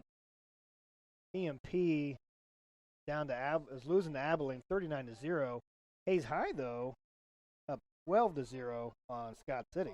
Wow, that's an interesting battle there. You've got Scott City, who is a stalwart team at their level, playing up to Hayes High. Hayes High also has a very strong program. Scott City, number 2 team in 4A Division II. So.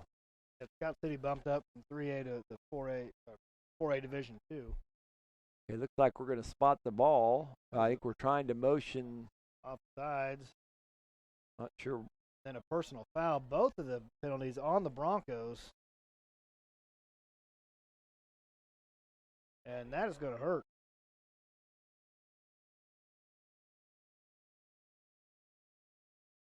Trying to figure this out what the yardage is going to be. Okay, that's the original.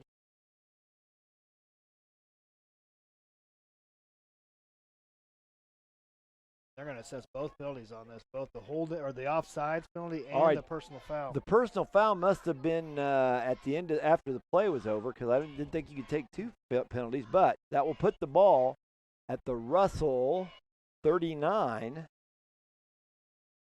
Sets the Bearcats up in pretty good field position here. 1st and 10, 5:12 left in the second quarter. We got quarterback keeper, and he is met at the line of scrimmage. Nothing going there. Big 72, Cameron Killian on the stop.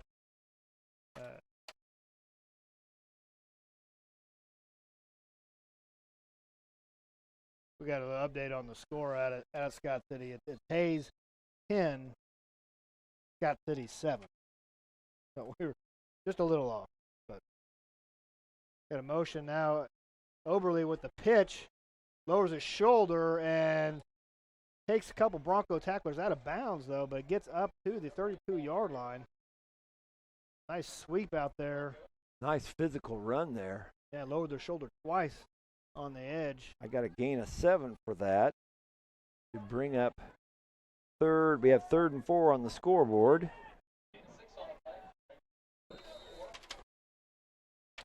Motion now. Coming back. Inside handoff to Oberle. And it looks like it's going to be close to the sticks out past the 30-yard line. It looks like at the 29. And it is going to be close. Whether this is a first down or not. But Oberle is a 185-pound senior, runs very physically. And I don't know. The officials are discussing. Now they're going to bring in the measurements here.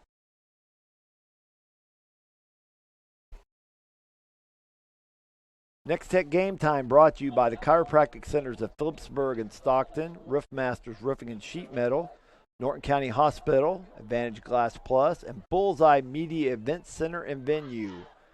That's a new sponsor for this year on Nex-Tech Game Time. Remember, home or away, you're covered nationwide with Nex-Tech Wireless, the official wireless provider of Nex-Tech Game Time. And the measurement comes up short for the Bearcats. We'll bring up 4th and inches. Now, obviously, if you're the Broncos here, you got to be careful for a long count. That's a possibility. Got the Snapchat going on up here. Got to be careful for the long count. Got to hold your water. They got a bunch left. Look inside now. They're shifting back over to the right. They're bunching up to the short side of the field. Don't be surprised they don't run a motion back to the left. Sometimes you just run that motion as window dressing to try to get somebody to jump. But there's a flag, though, that was dropped. I think it just dropped out of the official. No, that is. It's a sideline warning. Yeah. So they're set back up. 4th down and 1. It's less than 1. Take a bunch right, motion left. Quarterback is going to try to keep it, but there's a nice stop by the defensive end. Seth Boxberger again read that quarterback keeper. And nice quickness for a big man there. Yeah. Boxberger is 6 foot, 220 pounds. And he read that from the get-go.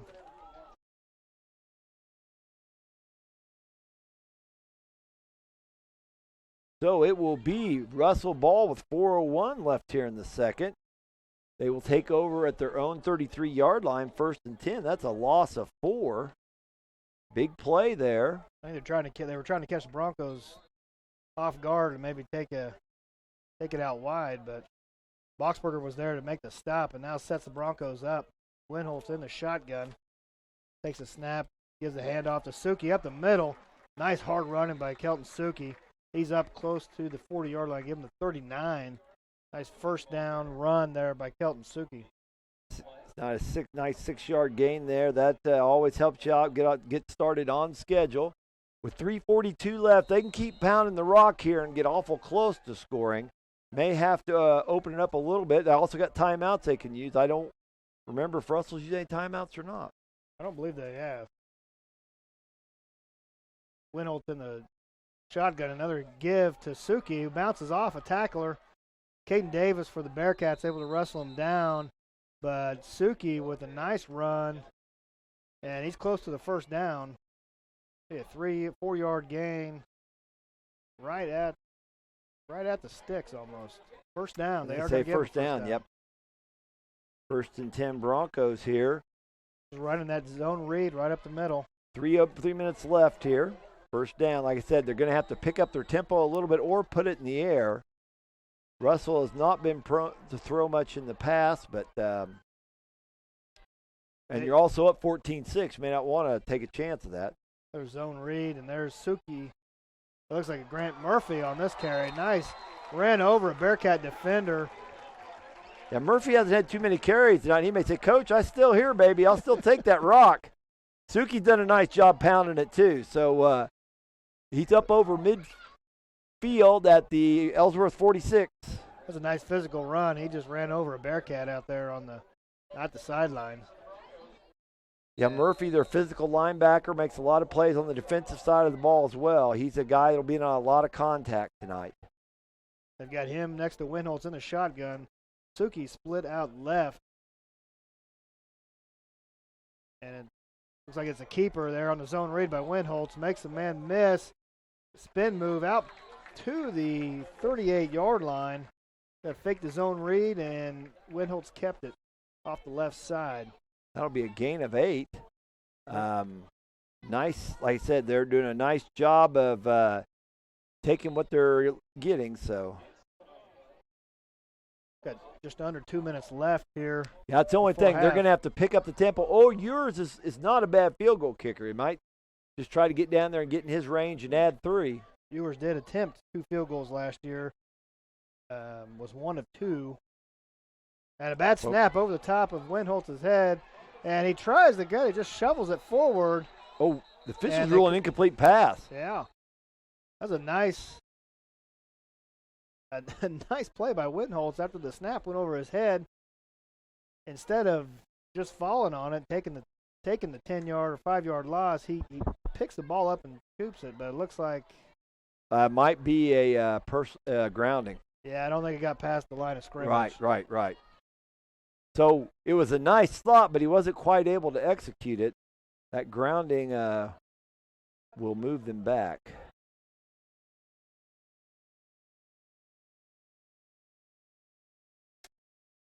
Nex-Tech Game Time brought to you by Leon's Welding and Fabrication, Nex-Tech Wireless, The Golden Q, J-Corp, and Mapes & Miller LLP. And here's our white hat. Looks like we got some Snapchats coming in. Sweet. They're from Ashley Fowler, Scott Christ, and Amber Whitmer. Thanks for Snapchatting us. There you go. Here's a Snapchat right here. Got a couple of maybe some Russell fans here watching the game. Got a nice wide view there. Got some folks in the stands there cheering on the Broncos, I would guess. Although they could be cheering on the Bearcats, too. Ball moved back to the Ellsworth 35. Brings up 3rd down and close to 19. Man in motion. It's a jet sweep. Give the ball to Suki, but nice stop there by the Bearcats. They had that end blocked off 60. Daryl Gustin was out there along with 22, David Korlek. There's a timeout called. Timeout white, I hear. So Ellsworth takes a timeout. We'll take a timeout, too. You're here. We're watching Nex-Tech Game Time. Looking for a business class phone system without the business class price? Nex-Tech Cloud Phone is a full-featured solution for businesses of all sizes. Take advantage of powerful features like voicemail to email, Find Me, Follow Me, SIM ring, and smartphone and tablet integration for a low monthly rate. There's no expensive equipment to purchase or maintain because it's all provided and supported by Nex-Tech. Sign up for Nex-Tech Cloud Phone now and receive a free Lenovo tablet and Google streaming package with Google Chromecast and Chromecast Audio. Where your score is the hometown Broncos 14, Ellis 6, 1:23 left here in the second quarter. It's 4th and 19. Russell will probably be punting here. Ellsworth took it was a smart timeout to preserve some clock. They hope to get some good field position out of this. Caden Davis back for the Bearcats to receive this punt. Dave Davis, a dangerous athlete, has done very well. Won the 200 and was second in the 100 and 400 at 3A state track last year.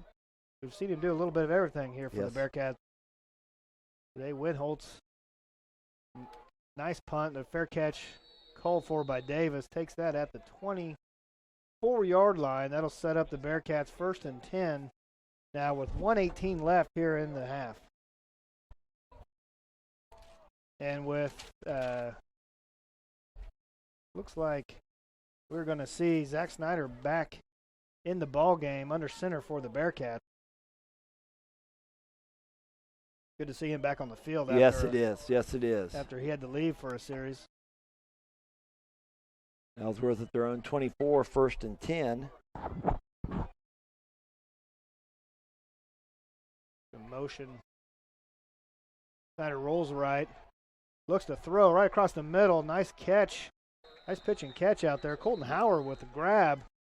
It looked to be a gain of around 10 yards on first down. Nice Quick throw. replay, and here we got a motion right, and he's going to look back right over the middle to find his man. Nice catch by Howard. Sets up another 1st and 10 for the Bearcats at their 34-yard line. Snyder drops the snap, goes back, puts it in the air. Nice catch there by Davis. Gets him out to the flat. He's out of bounds at the 47-yard line. Nice job by Snyder of not panicking and keeping his head up. Here's a replay here. See Davis, like I said, Snyder just does a nice job of keeping his poise, finding Davis out there on an out pattern. That's the Bearcats now up 1st and 10 at the 48-yard line. Motion left. Snyder's going to roll that way. Looks out in the flat. He got Davis at the 42-yard line. Davis makes a couple moves. And he's flag's down. Takes the ball down to the 34-yard line. And there's another flag down. Looks like that's a gain of about 14. Looks like face mask, the initial and that'll add to it.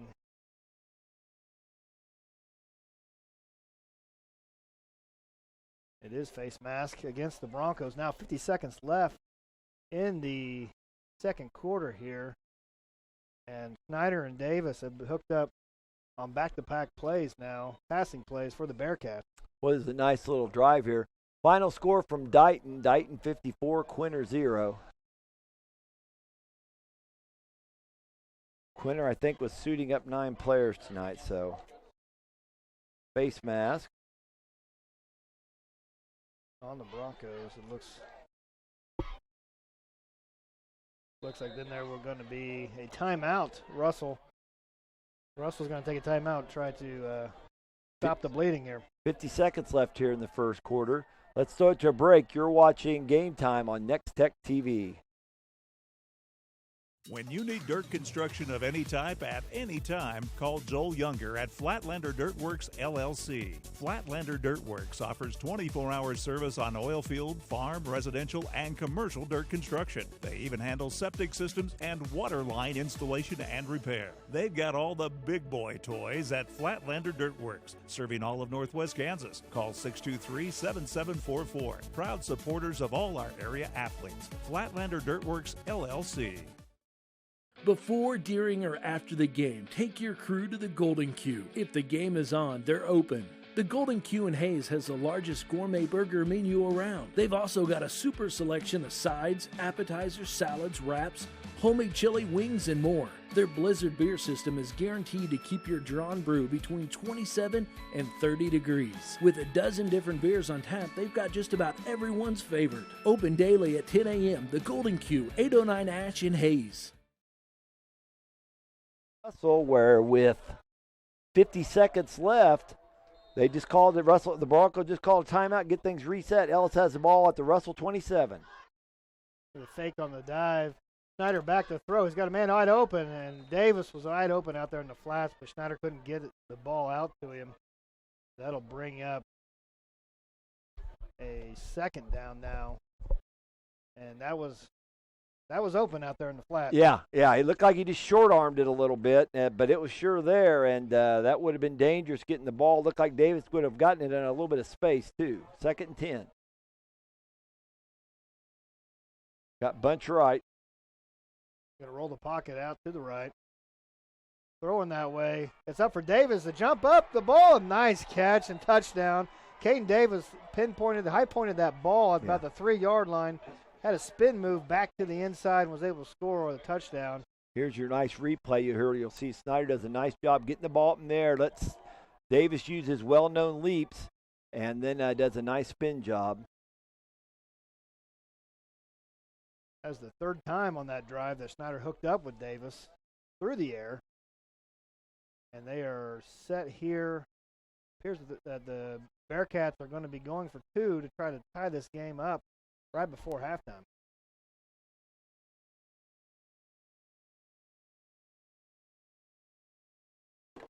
They're deciding to spot the ball in the left hash.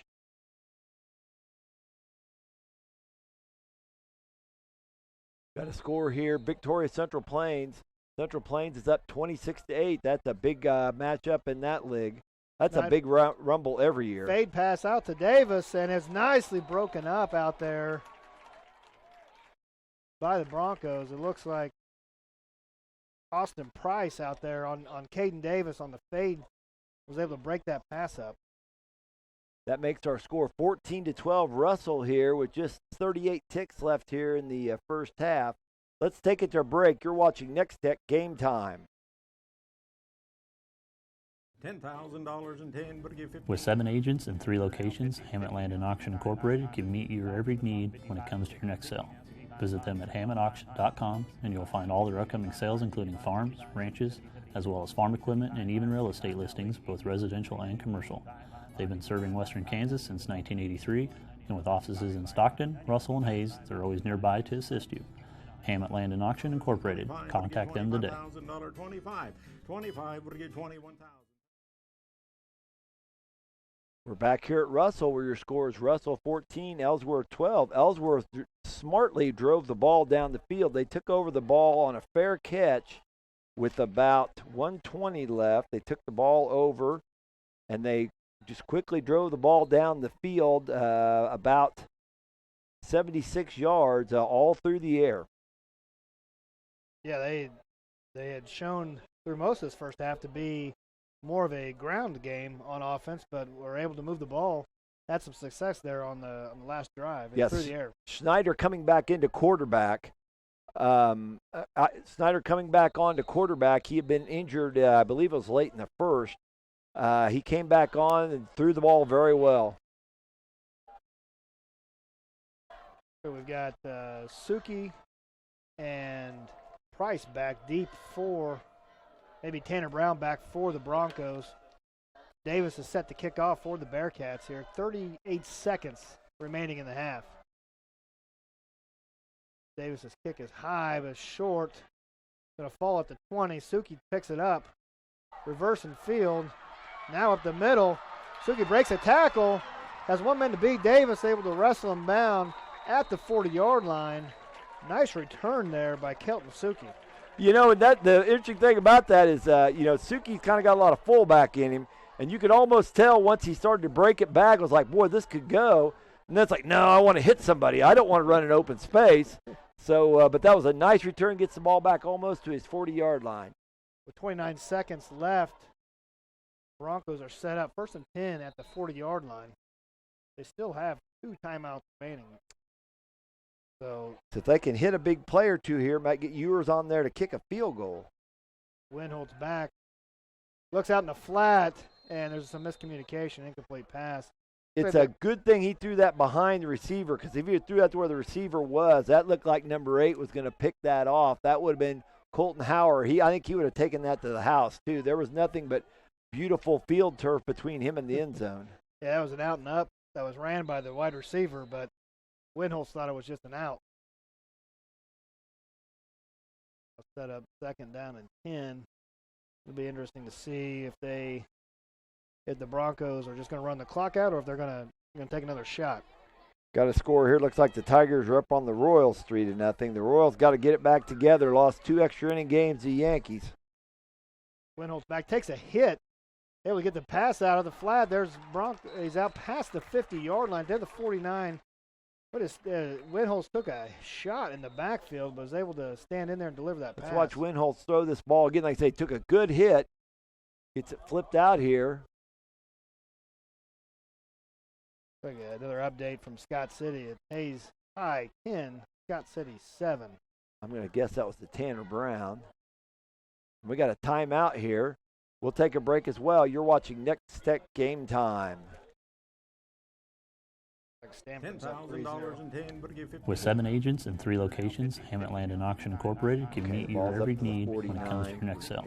Visit them at hammettauction.com and you'll find all their upcoming sales, including farms, ranches, as well as farm equipment and even real estate listings, both residential and commercial.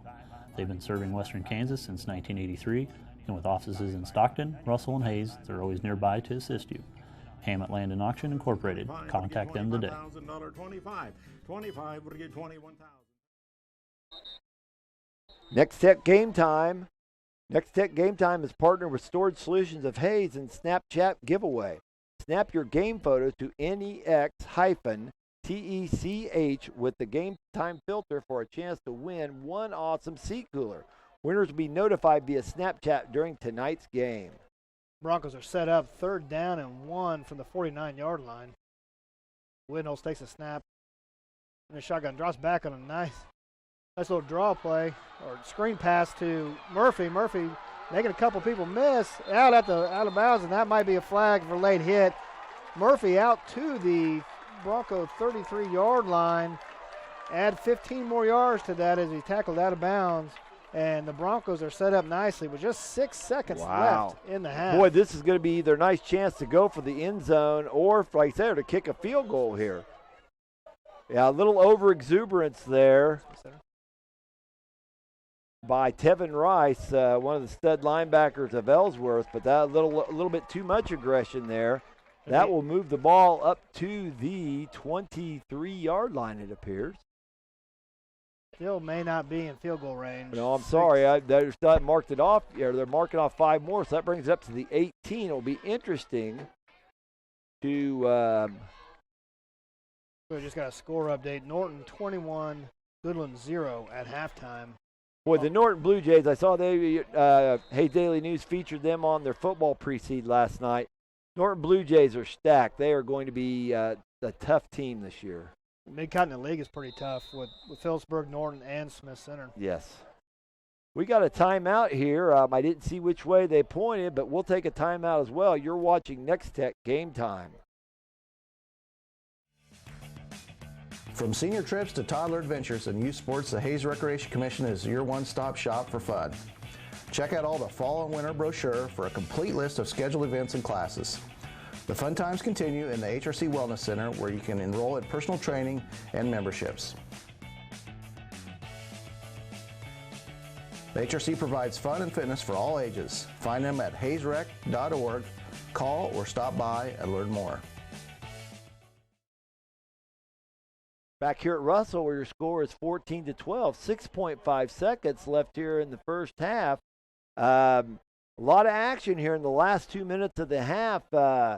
Ellsworth stormed down the field and scored. Schneider returned to the quarterback duties after an injury, drove them 76 yards in 5 plays. The scoring play, Snyder to Davis. He threw it about 25 yards, high-pointed it. Davis spun and took it in the end zone. PAT was no good, making it 14-12 right now. But Russell takes over the ball, 29 seconds left at their own 40. They quickly move it down the field. Murphy on an 18-yard screen pass, then a 15-yard unsportsmanlike penalty for tackling out of bounds, giving Russell the ball good field position. Looks like they're going to go for the end zone. Yeah, the offense is back on the field for the Broncos. First down. Windholz takes a snap, rolls back to the left, fire in the end zone, but too high, and there is 0.8 seconds left. Windholz's pass was just a tad bit high. 0.8 seconds left. Time for one more play. And it looks like they are bringing Ewers out now to attempt a 35-yard field goal. Long snapping for the Broncos will be Brandon Fowler. Holding will be Austin Price. Ewers last year was 1 of 2 in field goals, coming from this distance, 30 to 39 yards. This is a lot harder than it looks, getting the snap and the hold as well as the kick. Snap's good, hold down. Ewers' kick is low and just under the crossbar. No good, and that'll be the half. Our score at half, Russell Broncos 14, the Ellsworth Bearcats 12. You're watching Nex-Tech Game Time. Forgot about When that. it comes to commercial and residential concrete construction in the Hayes area, J Corp is the preferred choice. They can handle your project from ground up, including excavation, site prep, to finished concrete and pavement. Driveways, curbs, streets, parking lots, no job is too big or too small. They also sell and deliver sand, rock, and asphalt millings. Call for a free estimate today. The rock-solid choice in concrete construction. J Corp, 1707 East 10th Street in Hayes. Leon's Welding and Fabrication has been serving Western Kansas for over 25 years with custom fabrication of metal projects, including trailers, flatbeds, steel and aluminum fencing, ornamental gates and handrails, and metal art creations. Leon's also offers sandblasting and coating services and a powder coating division with over 6,400 colors to choose from. For your next project, visit Leon's Welding and Fabrication, East Highway 40 in Hayes. AgriLead, AGCO Incorporated, Fossil Creek Hotel and Suites, Paul M. Lampert, ODPA, and ESC Electric are proud of the hard work and dedication of all the Russell High School students and athletes. They hope this is the best school year ever. Best wishes for a successful season from Russell Regional Hospital, Southwind Bank, member FDIC, DRD Heating, Air Conditioning, and Electrical, and OPI, Office Products, Inc., backing the Russell Broncos all season long. Perfect Print, Ultimate Lease Services, West Side Propane and Convenience, and Stoppel Supply Company are proud of the hard work and dedication of all the Russell High School students and athletes. They hope this school year is the best ever. Best wishes for a successful season from Wilson State Bank, member FDIC, Clayton Leiker Custom Concrete Designs, Steel Fabrications, and Professional Fire Equipment, backing the Russell Broncos all season long. Regulations and tax laws are always changing. That's why businesses and professionals turn to the experienced team at Mapes & Miller Certified Public Accountants. With 8 CPAs to assist you, they offer a wide range of services from tax preparations, bookkeeping, and payroll to auditing and accounting services. They can also help farmers, ranchers, and small businesses with tax planning. It's not what you make, it's what you keep. Mapes & Miller Certified Public Accountants with offices in Norton, Phillipsburg, Stockton, and Quinter. Norton County Hospital would like to welcome Dr. Greg Serene to the community. Dr. Serene is a board-certified surgeon and trained in sports medicine. His practice will focus on knee injuries, joint replacements, and general orthopedics. Dr. Serene has been practicing for over 20 years and looks forward to providing orthopedic care to Norton and the surrounding communities. The Norton County Hospital, dedicated to caring, commitment, and community.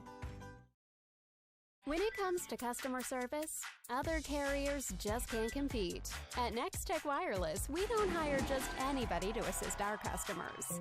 We won't bounce your call around to 16 different supervisors, and we'll never tack on unexpected charges to your monthly bill. We'll even buy out your old contract for $650 so you no longer have to deal with second best. We train hard to win a gold medal in customer service. Nex-Tech Wireless, something different. Get more of the potential you plant with the latest from 360 Yield Center. Unlock trapped nutrients and speed residue breakdown with 360 chain roll.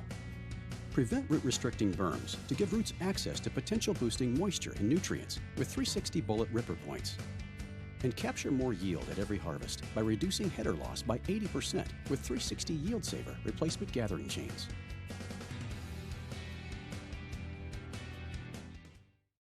Progressive Physical Therapy Center has been an integral part of the Hayes community since 2007. Tim Marcus, physical therapist, has led the Hayes physical therapy team ever since the business opened. The Progressive staff offers expert care in a friendly environment. You no longer need a physician's referral when seeking services provided by a physical therapist. Call Progressive Physical Therapy. Their licensed therapists provide personalized patient care and treatments. Progressive Physical Therapy, 2209 Canterbury in Hayes.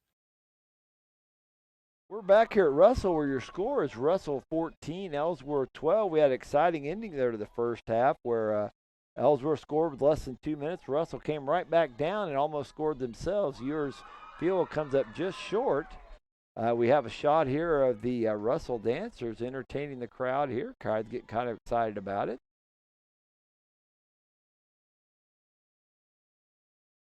Yeah, after the kind of a slow, sluggish first quarter by both teams, they picked it up. Here's our Snapchats. Here's our first Snapchat. Had a couple fans there snuggling up close together. Now got a wide shot of the crowd.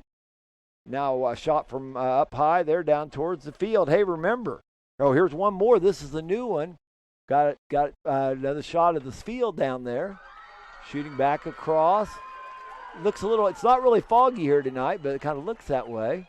Thank you for all you folks that have sent in your Snapchats. Nex-Tech Game Time is partner with Storage Solutions of Hayes in a Snapchat giveaway. Snap your game photos to NEX-TECH with the Game Time filter for a chance to win one awesome seat cooler. Winners will be notified via Snapchat during tonight's game. Let's go to a break here. When we come back, we will go to the scoreboard show. You are watching Nex-Tech Game Time. I forgot to plug the Whether barbecuing with friends and pinning pictures on your tablet about your dream fire pit, watching baseball on TV and waiting for Salvi to dump the ice water, or chatting with your mom on the phone about her cat's newest trick, the last thing you're thinking about is the technology you're using. It should just work. Nex-Tech has the highest rated internet, TV, and phone. Switch now and receive 3 months free and free installation. Certain restrictions apply. New services only. Enjoy life more. Switch to Nex-Tech now. Hi. We're looking for insurance. Oh, let's see who's free. When insurance agents work for only one company, their options are simply limited. But a trusted choice independent agent is free to shop many companies for a better deal. Free to do what's right for you. Let us shop for you.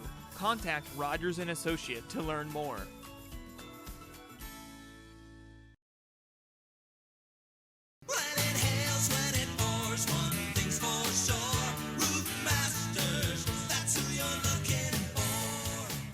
We are your Northwest Kansas premier roofing contractor. We've got you covered before and after the storm.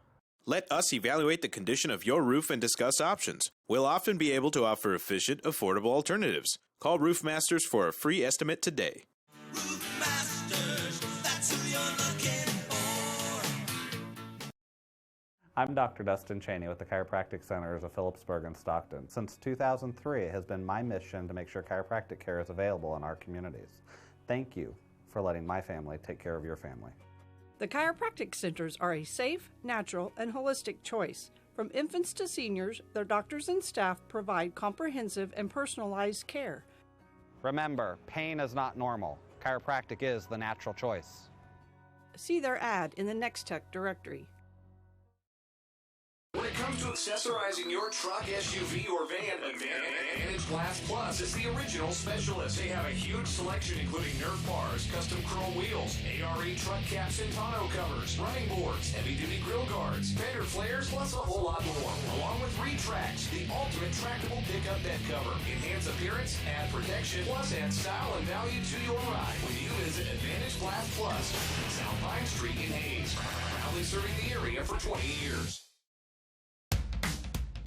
At Bullseye Event Center, we consider every detail when transforming our space into the perfect setting for your event. Our newly renovated, unique facility is ideal for weddings and receptions, corporate events, and parties for up to 300 guests. We also have smaller rooms and on-site kitchen available for meetings and reunions and social gatherings. Call us today to book your next function at Bullseye Event Center, downtown Norton, where your event is our top priority. Looking for a business class phone system without the business class price? Nex-Tech Cloud Phone is a full-featured solution for businesses of all sizes. Take advantage of powerful features like voicemail to email, Find Me, Follow Me, SIM ring, and smartphone and tablet integration for a low monthly rate. There's no expensive equipment to purchase or maintain because it's all provided and supported by Nex-Tech. Sign up for Nex-Tech Cloud Phone now and receive a free Lenovo tablet and Google streaming package with Google Chromecast and Chromecast Audio. Back here at Russell, where I promise you our score is Russell 14, Ellsworth 12. We're having a little scoreboard malfunction, so but I know the Nex-Tech, the Heritage Insurance Group scoreboard show is not malfunctioning. Let me get one score in before we go to the locals. From Eastern Kansas, 3A Power Silver Lake leads 5A KC Washington 52-8 at halftime. Ouch. Now let me throw it to Curtis. Let him get some local scores in. Out at Scott City, Hayes is up 10-7. Phillipsburg on top of Clay Center 8-0. Norton is leading Goodland 21-0 at halftime. Plainville on top of Smith Center 14-8. That's a little bit of a surprise. Yeah, the Plainville's a pretty good team, but Smith Center is one of the state standouts in 3A. And our game here, Russell up 14-12 at halftime on Ellsworth. TMP down to Abilene big, 39-0, and Great Bend and Coffeyville tied at 0 at this point. Osborne I think that game is over with, but Osborne won 46-0. Central Plains is on top of Victoria 26-8. Yeah, Victoria has some people to replace there. And Central Plains, boy, they've got something good in the water there right now. They are producing athletes year after year down there. Trigo Community and Stockton are tied at 14. And that game is at Stockton. It was originally scheduled to be at Trigo. Trigo had some trouble with their in-ground watering systems, had to move that game to Stockton. The score indicates Quinter 54 and Dighton 0. I think that's the other way around. Dighton 54, Quinter 0. That game is over with at halftime. Hoxie 46, Tribune 0. Northern Valley and Alma, Nebraska, we've got tied at 0 at this point. Spearville all over Hill City, 54-8. Yeah, the Lancers have been real strong the last couple of years. I don't know exactly graduate. Hey, we got the scoreboard back up here. So that's a good development here. We got 5:39 left here in the first quarter. Here we got a couple more scores coming up. Colby's up on Oakley 21-3. Rock Hills leading Wilson 16-12. Elkhart beating La Crosse 12-6. And Ellis all over Syracuse 32-0. Okay, we're going to take a little break here with Russell Bands out here entertaining our crowd here at halftime. Our score, Russell 14, Ellsworth 12. You're watching Nex-Tech Game Time.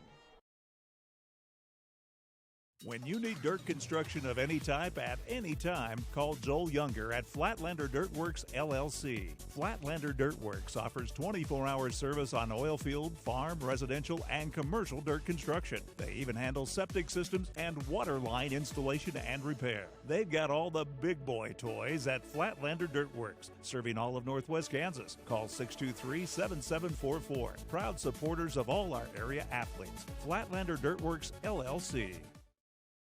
Before, during, or after the game, take your crew to the Golden Q. If the game is on, they're open. The Golden Q in Hayes has the largest gourmet burger menu around. They've also got a super selection of sides, appetizers, salads, wraps, homemade chili, wings, and more. Their Blizzard beer system is guaranteed to keep your drawn brew between 27 and 30 degrees. With a dozen different beers on tap, they've got just about everyone's favorite. Open daily at 10 a.m. The Golden Q, 809 Ash in Hayes.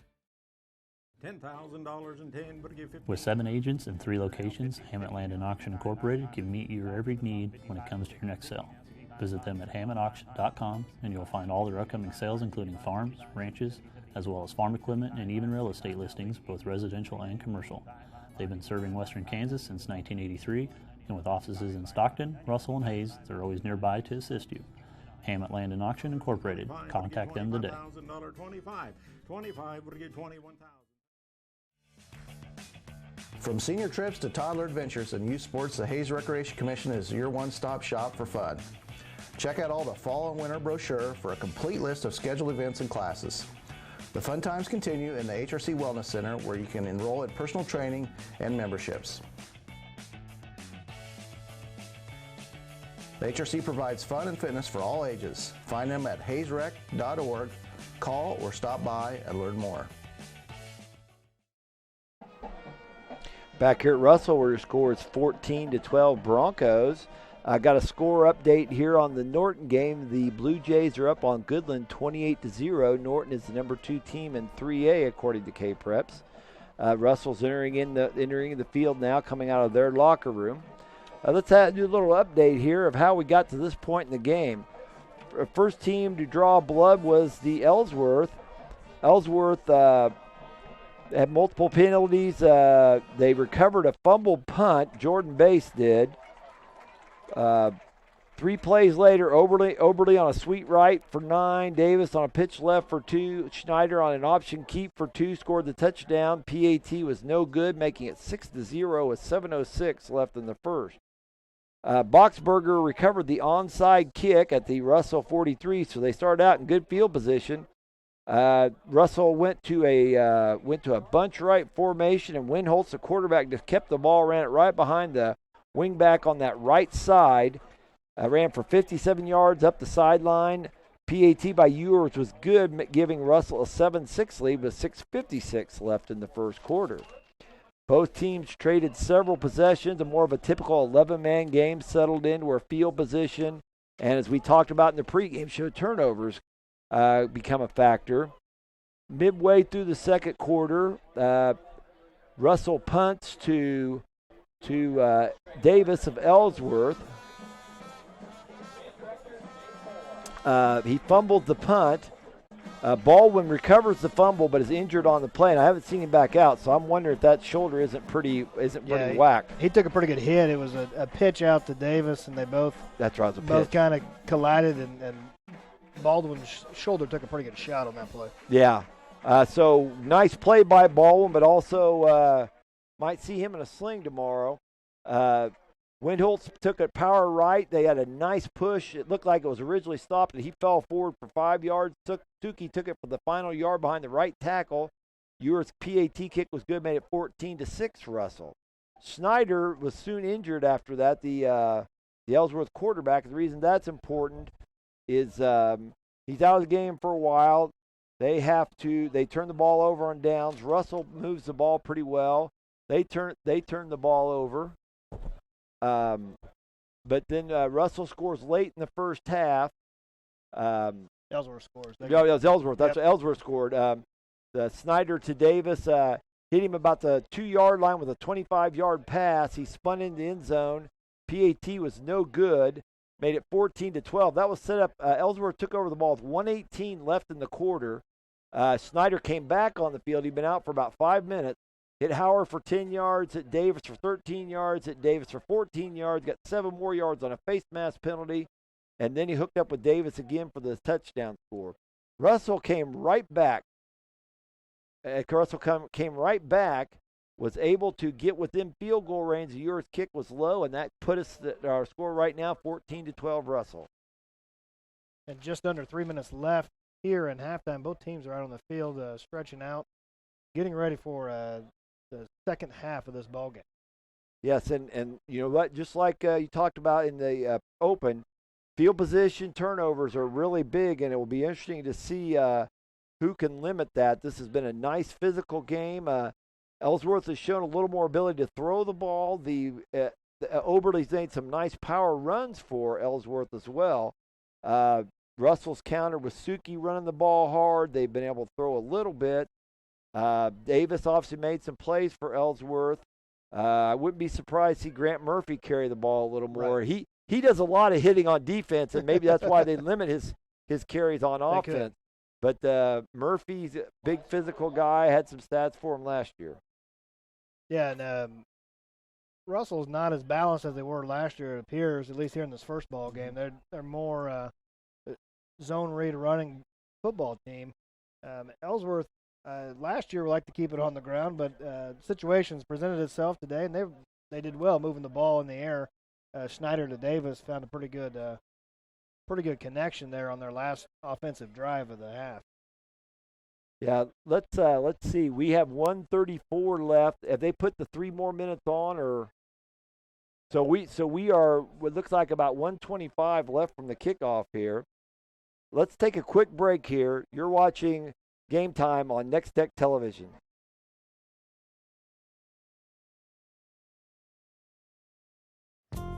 Leon's Welding and Fabrication has been serving Western Kansas for over 25 years with custom fabrication of metal projects, including trailers, flatbeds, steel and aluminum fencing, ornamental gates and handrails, and metal art creations.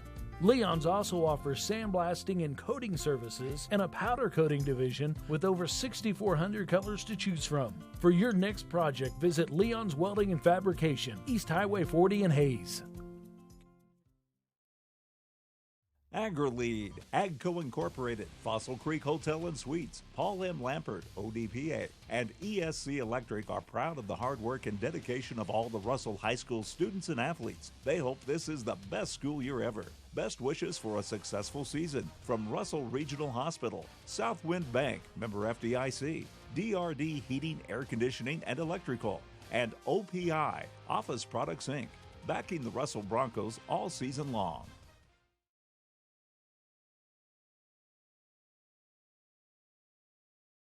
Quick score here late in the third quarter. St. Francis 14, Sharon Springs 14. St. Francis is predicted to be the big dog in D1. Sharon Springs number 4 in D2, but that's an excellent game out west. And the Broncos are set to kick this off here to start the second half. Jordan Bass and Caden Davis back deep for the Bearcats. The kick is a high, short kick, and it bounces. That's a live ball. What a hit there by Murphy. Jordan Bass was able to hang on to that, but he may be dazed a little bit as Grant Murphy just blasted him at the 26-yard line. Yeah, that could have been catastrophic. It could have been a turnover. Like I said, Bays is a big part of this Ellsworth team. They're taking over at their own 26, 1st and 10. And Zach Schneider back under center, the junior quarterback, injured for a little bit in the first half.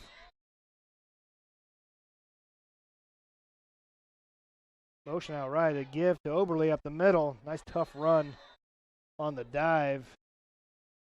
Luke Oberle takes the ball up past the 30-yard line to the 32. Yeah, it's a gain of 6 for Oberle. Ellsworth did a nice job attacking all sectors of the defense. Yeah, they're going to need that dive play if they want their pitches to work. And there's Oberle again, but he's stuffed. The Broncos had that smelled out from the start. It looks like it was Brooks Nichols, the middle linebacker for the Broncos, with the stop. Looks like a gain of 1. We'll bring up a 3rd down and 4 for Ellsworth.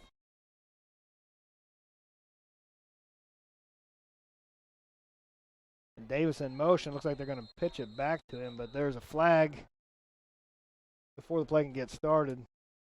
And it appears it'll be a procedure call against the Bearcats. Yeah, that gets them off schedule now. Rather than being a 3rd and 4, which is certainly makeable a lot of different ways, now you're looking at 3rd and 9. They've shown the ability to throw it at the ball. Yes, they have. Find where Davis is at number 13. There's a pretty good chance it's coming his way. It's just because he's a good athlete. It's not those other Bearcats can't make plays. Snyder rolling the pocket to the right. Can't find anybody open. Now it just slings it in the middle of the field. There's nobody there. About picked off by Murphy.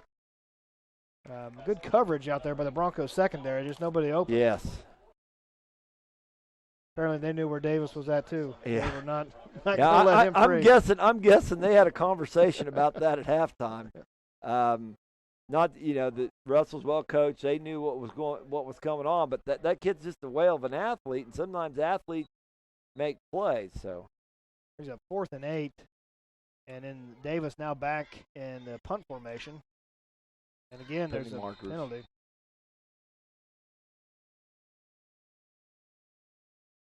It looks like another procedure call on the Bearcats.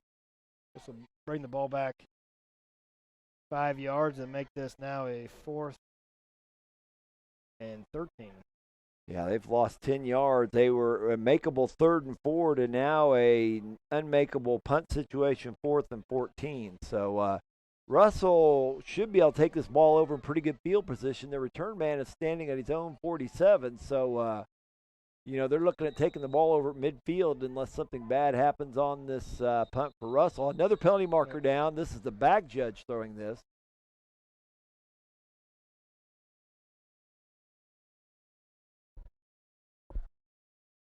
That's an call here. Yeah, that's unusual that the back judge is the one that's. Austin Price will be back once they get this sorted out for the Broncos to receive this punt. I didn't catch what the call was, but it is against Russell. Illegal substitution on the Broncos.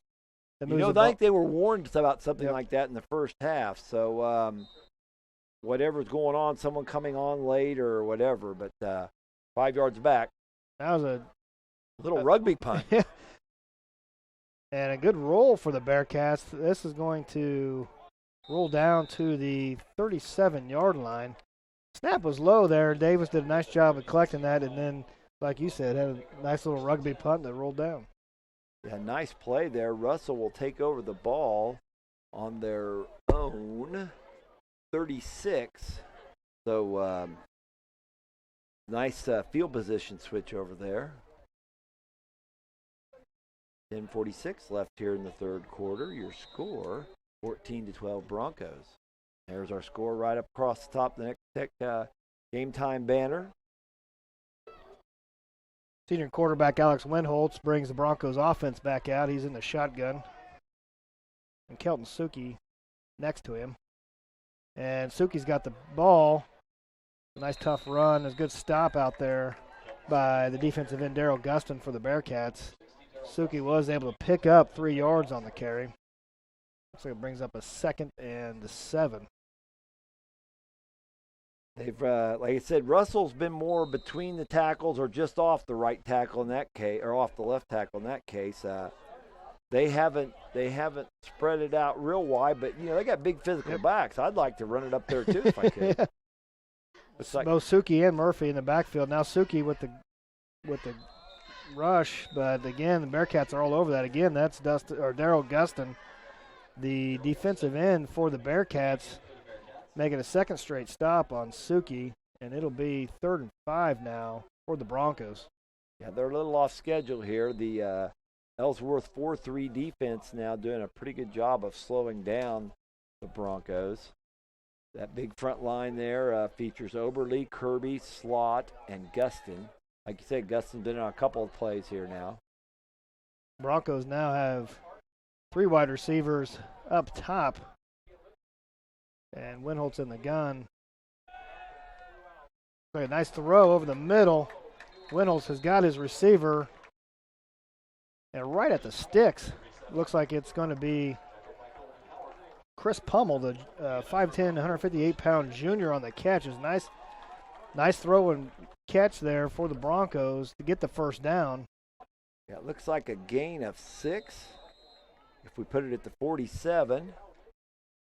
Okay, 1st and 10 Broncos. And now they're showing a little balance. Yeah, it's kind of look like almost a square in pattern there. It takes a little courage to run back into those linebackers like that. Now they give to Murphy, and there's nothing going for him. Again, Daryl Gustin is having him a half.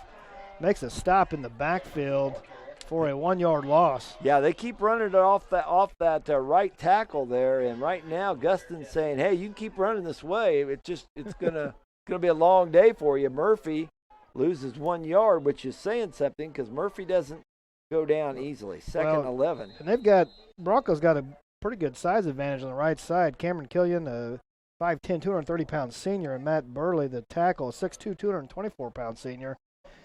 Gustin's only 185 pounds, but he's been playing tough here the last couple plays. Yes, he has. Winholtz is going to take the snap out of the shotgun. Fumbles a little bit. Suki with a nice run. Cut it up the middle to the 49-yard line. But it's only a gain of 4. It'll bring up 3rd down and 8 for the Broncos. They're quickly back to the line of scrimmage. Twin receivers to the right. Suki in the backfield next to Winholtz. Look to the sideline here. Might be at audible. And it's a straight quarterback dive, and Winholtz has met the line of scrimmage, but able to fight his way to the 46-yard line. And after initial contact. Yeah, that's going to be close. Because, now they're short. They're at the Ellsworth 46. That's a gain of 5. That brings up a 4th and 2, 3 maybe? 4th and 3? I think it's 4th and 3, would you say? Yeah, 4th and 3. And it looks like Ellsworth lineman had to check out of the game. He lost his shoe on the play. Wow, now you might want to run right back at that new kid. It'll be interesting to see what they do here. Now they're looking to the sideline. See if they go quarterback draw. They did that last time. Ellsworth's pretty big up front in the middle. As a punch. Punch. Yeah, nice. And it's going to hit at the 12 and take a roll back into the end zone. It's a quick kick on a punt. It's a good idea.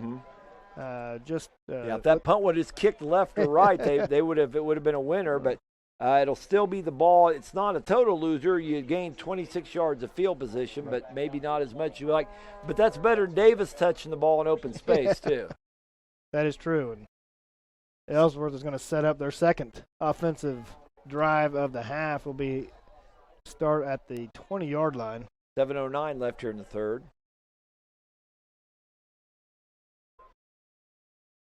Got motion to the right and a give on the dive to Oberle, and he is only able to get a couple yards up the middle.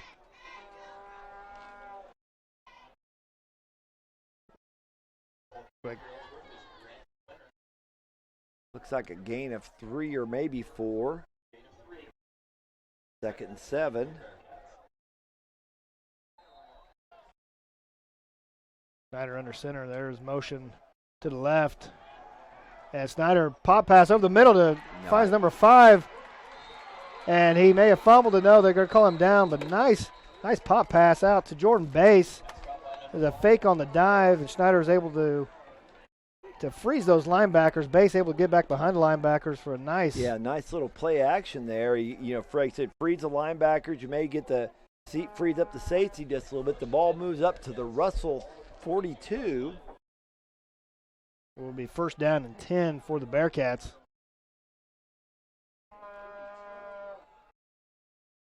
And there's another dive. It looks like they're faking. Snyder with the ball out to the 25-yard line. Faked the dive and kept it himself, but he's still hobbling a little bit. Let's watch our replay here. Nice fake there, nice read there is what that really was. Saw the defensive end did not stay at home. Snyder pulled it out, runs it up to the 25. That'll be a gain of 17. And right now, the Bearcats offense without Caden Davis on the field. Moving the ball, though. The base in motion, and they're going to pitch it to Horlek. Horlek gets back to the original line of scrimmage, it looks like. Maybe picked up a yard. It looked like there was a little bit of miscommunication there. One of his blockers turned back towards him, and that's not, you don't want your blockers a big or number facing you like that. So Horlek, let's give him a gain of 1. Looks like they're on the sidelines working on the right leg of Caden Davis. Snyder back to throw. Has a man wide open. Jordan Bass, went right through his hands. And Jordan Bass was wide open on the left side of the field. And Snyder did a nice job delivering that ball. He was getting extreme pressure coming from the side. I thought he might. Well, no, that the tackle flared back just enough to take that outside blitzer off his path. So, but still, he does a nice job standing in the pocket, delivering the ball. Just wasn't able to make connections. That brings up a 3rd and 9.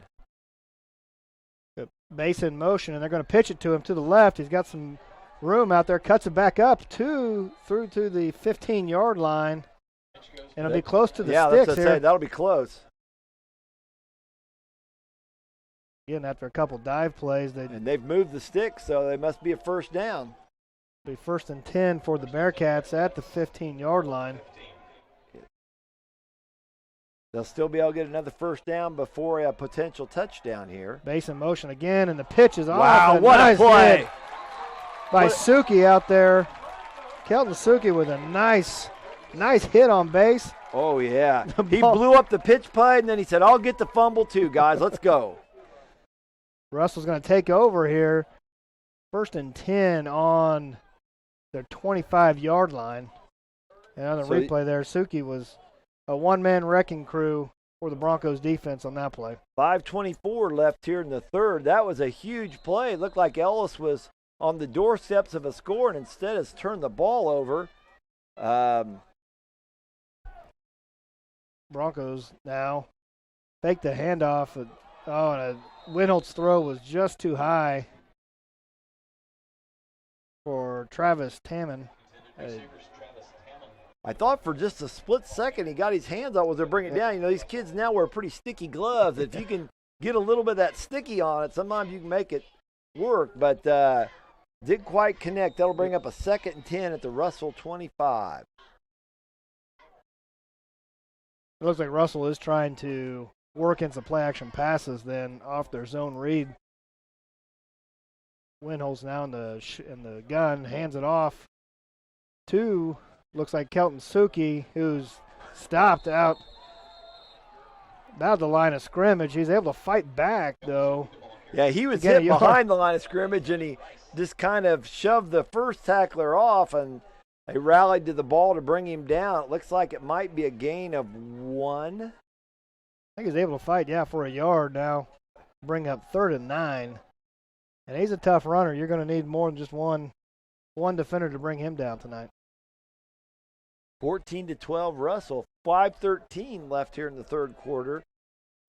Ellsworth showing the ability to move the ball, but haven't been able to quite punch it in every time they've had the opportunity. Trips left. We'll see if they stay trips. Winholt takes a snap. He's looking deep. And Caden Davis, there's the interception for the Bearcats. There's a flag down.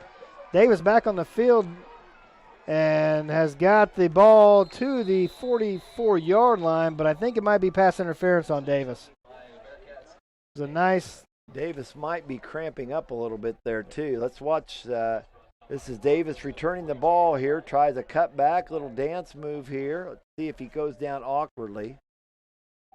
Hard to tell from that. Like I say, it looks like a cramp, the way he's trying to stretch it out rather than rolling around like something is hurt, like an ankle or knee. Let's see what our call is. I got a feeling you're right, Curtis, but we'll. It is pass interference on the Bearcats. Russell will keep possession of the ball here after the penalty. And we'll get a first down on the play as well. Yeah, that's a huge turnaround there. Let's see what happens. Like I said, they're still trying to stretch Davis, so I'm certainly no doctor, but hopefully that's all it is. And the cramps hurt. There's nothing. But a cramp, if you can get it to relax a little bit, you can come back from that pretty readily. Yeah, he was pretty stiff getting up there, it looks like.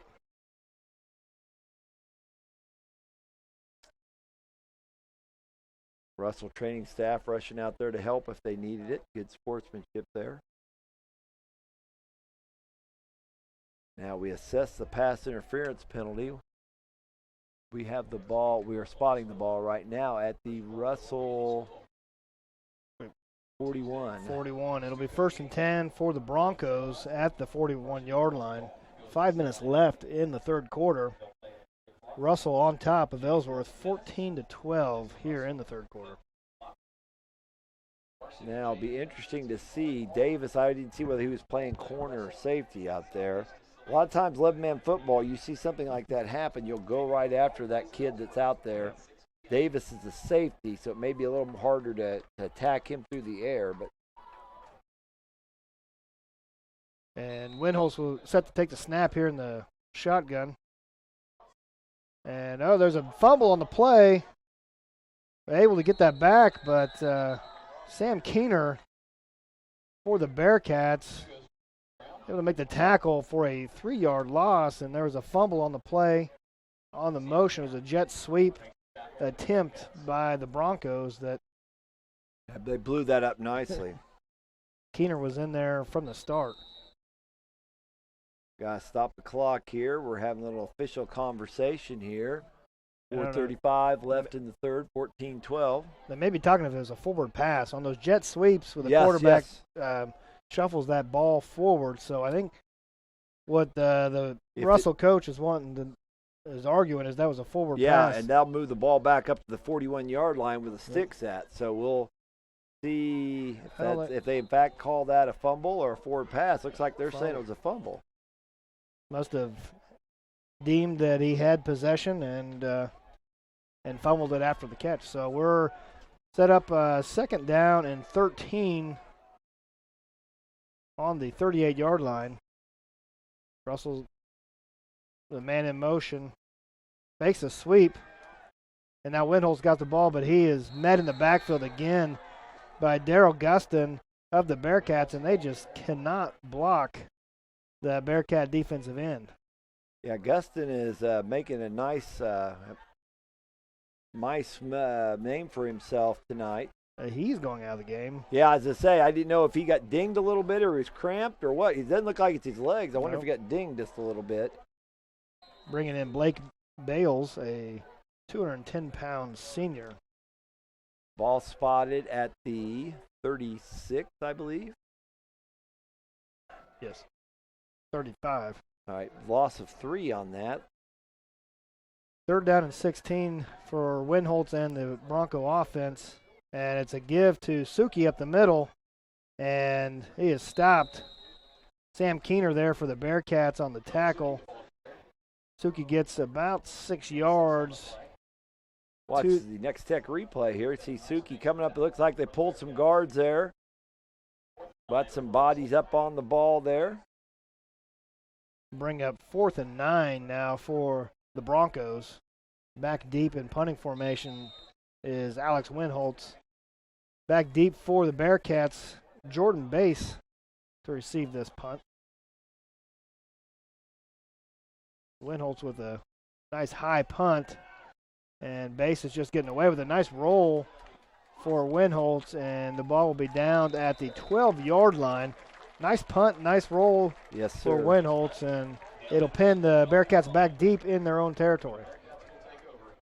Yeah, I've got a score here. St. Mary's over Olpe, 20-14 with 5 minutes left in the fourth quarter. Olpe's a powerhouse in the 2A. St. Mary's, I'm going to guess, is 3A. They might be 2A, though. That's a East Central Kansas upset maybe in the making there. Looks like an update for the game out west. If you're a Wildcat fan, Stanford 10, K-State 0. Yeah, we need the Wildcats to stay. They're not. I don't know how well they're going to be a come from behind team. They need to stay on top of that. Now there's a mix-up at the point of the handoff, and Zach Snyder just had to eat that football.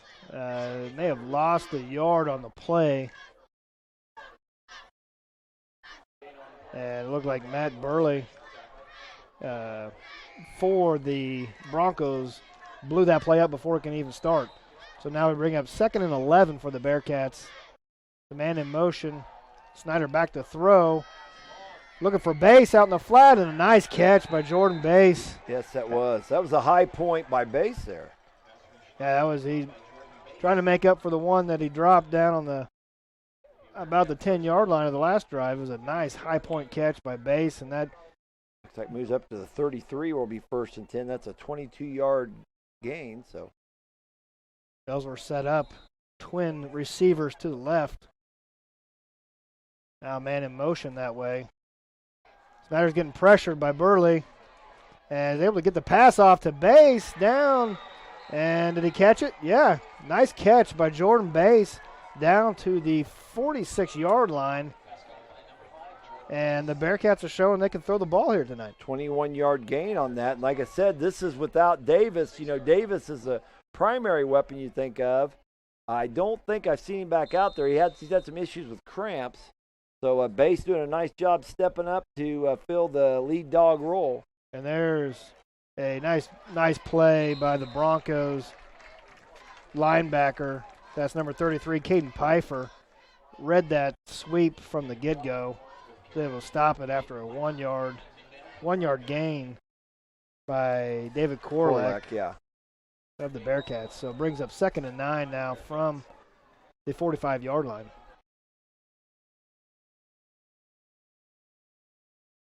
Snyder back to throw, being chased by Suki. Snyder gets out of the pocket, scrambling to the left, and is out of bounds at the 33, 34-yard line.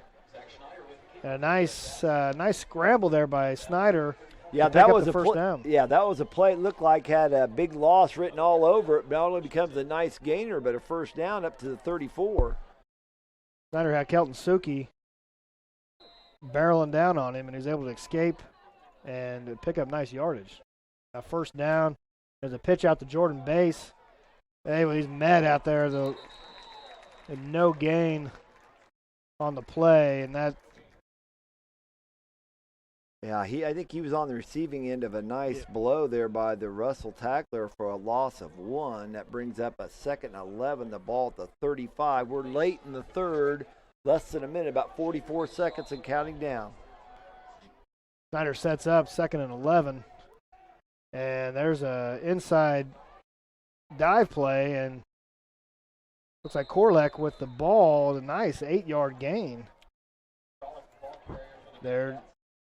Yeah, Korlek, that was a nice. Korlek hasn't had much luck getting an opening. That where he kind of made his own there. He was second on the team in rushing last year with 386 yards and 4 touchdowns.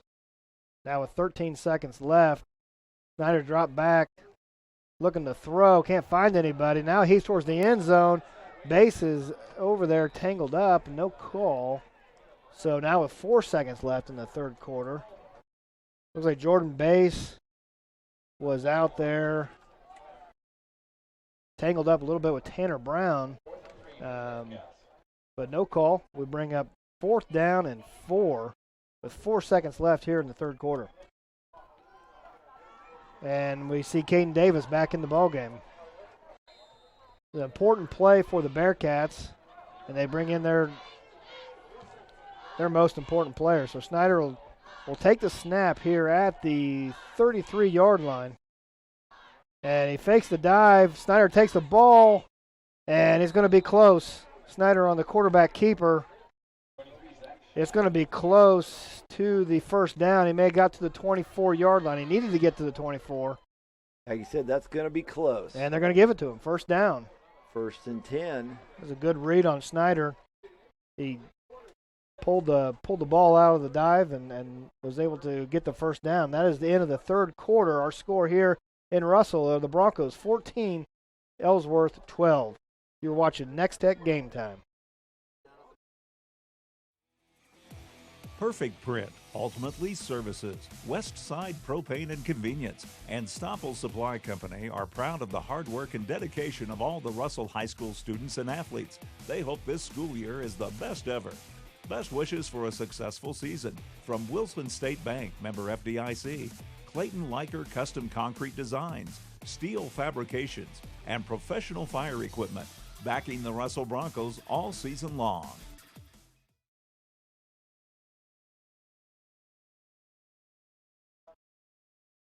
We're back here in Russell for Nex-Tech Game Time. And we are getting ready to start the fourth quarter. Score update out west. Hayes High up on Scott City 24-21. And further out west, it looks like Stanford is on top of Kansas State 17-0. After 5, the Royals are down 4-3 to the Tigers. And Ellsworth gets ready to start the fourth quarter. The nice little pass out to Davis, and he's able to shake a couple Broncos, gets to the 19-yard line. There's a nice bubble screen pass out to the left flat, and Davis comes back out. It looks like he's still struggling with some injury, lower leg injury, and only able to play a play or two, but it's a nice 5-yard gain on first down, sets up 2nd and 5 for the Bearcats at the 19-yard line. And there's a blitz by Grant Murphy. Snyder is able to get out of that. There's a flag down. That may have been a face mask, too, so we'll see. Snyder able to spin off of that and get and scamper down to the 10-yard line, and he's limping a little bit now. Grant Murphy timed that perfectly. Yes, he did. And met Snyder in the backfield as soon as he took the handoff, but we'll wait to see what the flag is.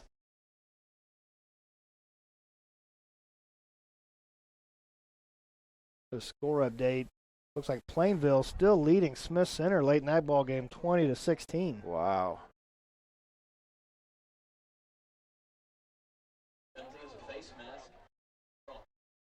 With the call on the field will be a face mask against Russell. This will bring the ball. That's a 5-yard penalty probably. They're going to move it half the distance to the goal line. Set the ball down to the 5-yard line now. Ellsworth down by 2 here in the fourth quarter, but they're driving. They're on the 5-yard line. Zach Snyder bringing the Bearcat offense up to the line of scrimmage. First and goal.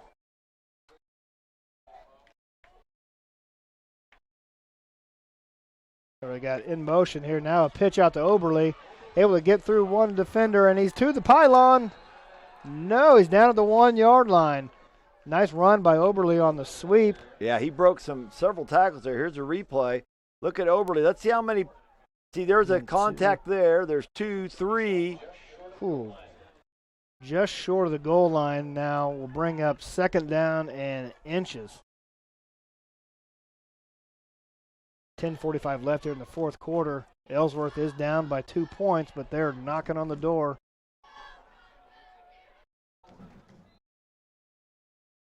Oberle, the lone setback. The motion left, and now there's a flag. Looks like there was a false start on the right side of the Bearcat line, and that'll bring him back. Looked like they were going for the quarterback sneak, but now that'll bring them back to the 6-yard line. It'll set up now second and goal from the 6.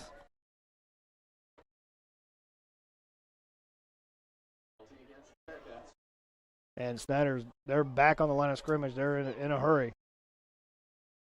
It's at second and goal now from the 6. Got a bunch right here, motioning back to the left. A blitz. Oh, look at that. And Murphy again at times are right. There's a fumble. It looks like Murphy got back on that ball. And they did.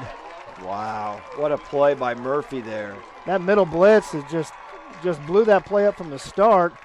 Grant Murphy coming in on the middle linebacker blitz. Hit Snyder as he pitched it. I think that threw that pitch off. And then Murphy hustled back to the ball and was able to make the recovery. So, well, what an all-around great play by Grant Murphy, one of the top linebackers in this part of the state, recognized by Kansas Sports as one of the linebackers to watch, and he certainly proved it there. That'll be 1st and 10 at the Russell 8. And Ellsworth was driving, looking to take the lead in this ball game here in the fourth quarter. And, again, a costly turnover by the Bearcats. Russell sets up, and now Suki will not go down. Broke 2 tackles, was hitting the backfield, but able to lean forward for a couple yards on the play. And now it'll be a second down and 7 for the Broncos. Just right at 10 minutes left to play here in the fourth quarter. Russell up 14-12 on Ellsworth. Yeah, Russell just out physicaling Ellsworth. Ellsworth making some nice athletic plays, getting themselves in positions to score, but just haven't been able to punch it over the goal line.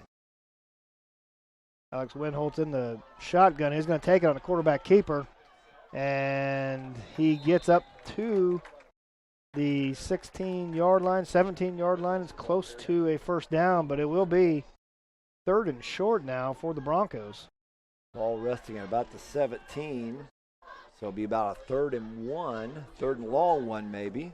Jordan Bass out there for the Bearcats making the stop. That'll be I think you're right. It's a 3rd and long one here for the Broncos. Big 3rd down for the Bearcats if they want that ball back. And Winholtz is going to keep it. And he leans forward, stopped at the line of scrimmage, but I think he leaned forward. He may have it. It's going to depend on the spot here. In fact, they're spotting that at the 18. I would think they have it, but let's let the guys in the hats make the call. Yeah, it looks from here, it looks like it is a first down. And it's not. They're going to say 4th down. 4th and 0. 4th and inches. Interesting decision here for Coach Brule and the Broncos. Oh, yeah, this is a tough decision because you're up by 2. You say, we'll play field position, but Russell's winning most of the physical matches, so it's. And it looked like the punt team was coming in, but the You know, this is an 8-man game. You probably go for it, but an 11-man, you usually play field position. So let's see what happens here. 4th and less than a yard. Ball at the 18-yard line. Winholtz in the shotgun. Going to take the snap, going to take it himself, and he's up the middle. And it looks like he does got the first down on a nice 1-yard run. Tough 1-yard run. And the Broncos are going to have the first down. They looked like Coach Brule was going to send the punt team out. Seen Brooks Nichols, the left guard, tell the punt team, stay on the sideline. We're going to get this one. A few scores for you real quick. Beloit's up on Concordia. This is the final, 22-12. Phillipsburg, 36. Clay Center, 6. But we got a whale of a ball game here at Russell tonight. And Winholtz takes a snap, and it is hands off to Suki, who able to carry a couple Bearcat defenders. Gains 4 yards on the play. And will bring up a 2nd down and 5, maybe gain 5 yards on that. Yep. Clock continues to run. 7:45 left in the game. The Broncos are not going to be in any hurry. Yeah. And like I said, right now the clock is more and more becoming the Broncos' friend. A tight formation here. Just one receiver split out right. Yeah, it looks like their splits even in the line are real tight. And give to Suki off the right end, and he runs hard to the 29-yard line. He's close to a first down. And it looks like it'll just be a little bit short. Or no, they get him in a good spot right at the 30. It'll be a first down now. Yeah, you're right. Another first down for the Broncos. They're just churning out the yards here in the fourth quarter, backed up against the... Yeah, it's almost like they're taking the wind out of the sails of the Ellsworth Bearcats. Ellsworth made nice athletic plays and gained yards, but just haven't scored many points. And it's a keeper by Winholtz. And he's able to break a tackle. Winholtz now to the 40-yard line. Nice moves. Bearcats had that sniffed out, but Jordan Bass was unable to make the tackle there. Winholtz slipped that tackle and picked up 10 yards on a nice run. Yes, it was. And like I said, the thing now is it's not even a matter whether Russell scores or not. The clock is not running. It may be because they're moving the chains. Right. There we go. Winds it. We're under 7 minutes now left in the game. Ellsworth certainly has quick score capability, especially if Davis is on the field. But even without Davis, they can do it. But right now, Russell's eating up the clock and just taking the life out of this game. And now's Murphy on the run, and he spins out of a tackle. Now he's on the right side of the field. He's got one man to beat to the 30 and pushed out of bounds at the 15-yard line. That's a nice run by Graham Murphy. Boy, that's a heartbreaker there, because if you're Ellsworth, you got the right players to the right spot. Murphy refused to go down with power running, with spinning and agility. A great run by Murphy. He's saying, Coach, give me the ball more. You know, him and Suki, Suki's been the big power runner tonight, but Murphy says, hey, I not only can tackle, Coach, I can run. He gets that ball down to what? About the Ellsworth 17. So that's going to be a gain of 43 yards, I believe. That was a nice run by Murphy. Now sets the Broncos up first down at the 17-yard line. They got split receivers left. Boy, if you're Ellsworth here, you might think about selling out, doing some blitzing, things like what Russell has done here, because you got to get a stop. High snap. There is Winholtz was able to slip 2-3 tackles, still on his feet. Now takes the ball down to the 7-yard line, and the Bearcats had him. The Bearcat middle linebacker, Sam Keener, had Winholtz in the backfield. Watch the replay and say there's 3 guys had good shots on him. Another guy who olayed a tackle before finally 2 Bearcats in the secondary make a hit. Right now, he said the life is just going away. You're looking at a second and short here. Let's give Winholtz a gain of 9.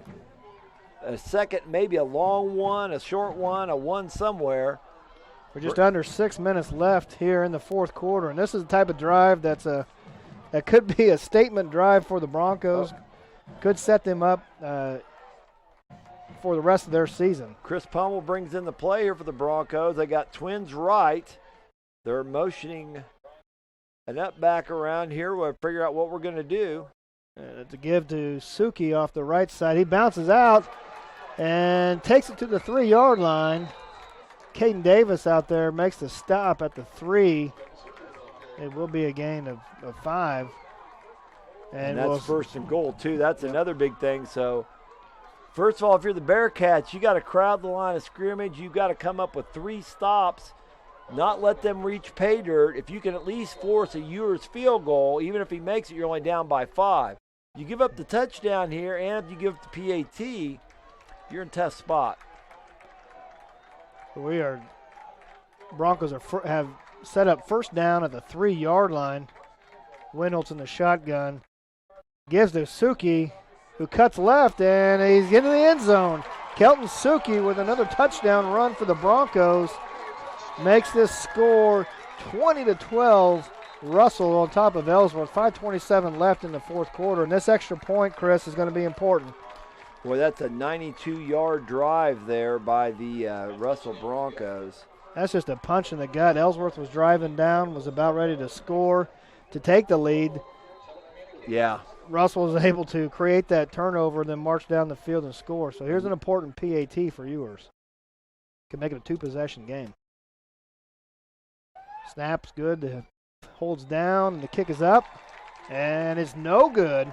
It slid right, so that's important to know because now it still remains a 1-score game. Russell 20, Ellsworth 12. We're going to keep it here. That was like you said, that was huge because if you make it 2 possessions with this short amount of time left, it's not that Ellsworth doesn't have quick strike capability. It's just Russell, the power is their game. So if you score, kick it off, you've got to pry it back out of their hands. Now, of course, you've always got the onside kick as a weapon, but it will be interesting to see how, like I said, this still gives Ellsworth life here. Yep. And they've got to realize that after they got so close last time to scoring, and it's kind of deflating then to see Russell come down and just pound the ball and punch it in the end zone. But they've got to get it back together. They've got a shot. There's still plenty of time left here in the fourth quarter. 5:27 left. Score here, I got Great Bend 57, Coffeyville 13. I'm looking for more scores here. Burlingame 46, South Coffee County 8. Our Snapchat winner for tonight, congratulations goes out to Ashley Fowler. Congratulations, Ashley. Good job on being our Snapchat winner tonight. There's her Snapchat. She's going to win an awesome seat cooler. Yep, she'll be the talk of the town tomorrow morning, and so will these Russell Broncos. If they can hang on to the 7 or 8 point lead here in the fourth quarter, they're set to kick off. Dodge City 14, Wichita West 12. That's also a final. That's a WAC team that Hayes High Indians will meet up with later this year. Cole Schroeder set for the kickoff. It's a high kick taken at the 15 by Caden Davis. He's going to go left. He's got a little bit of room out there up to the 34-yard line. So I'm not sure why I kicked that ball to Davis. I don't know. You would have been better off just kicking a grounder and just say, we'll let an up back take it to the 34. So even if he's struggling with cramps, I don't think I'd kick it to him. Yeah, I don't want to take that chance. So first and 10 at the 34-yard line. Certainly the quick tempo. Ellsworth's run tempo all night, so that's not going to bother them. Man in motion, and the give to Oberle up the middle. Breaks a tackle, still on his feet.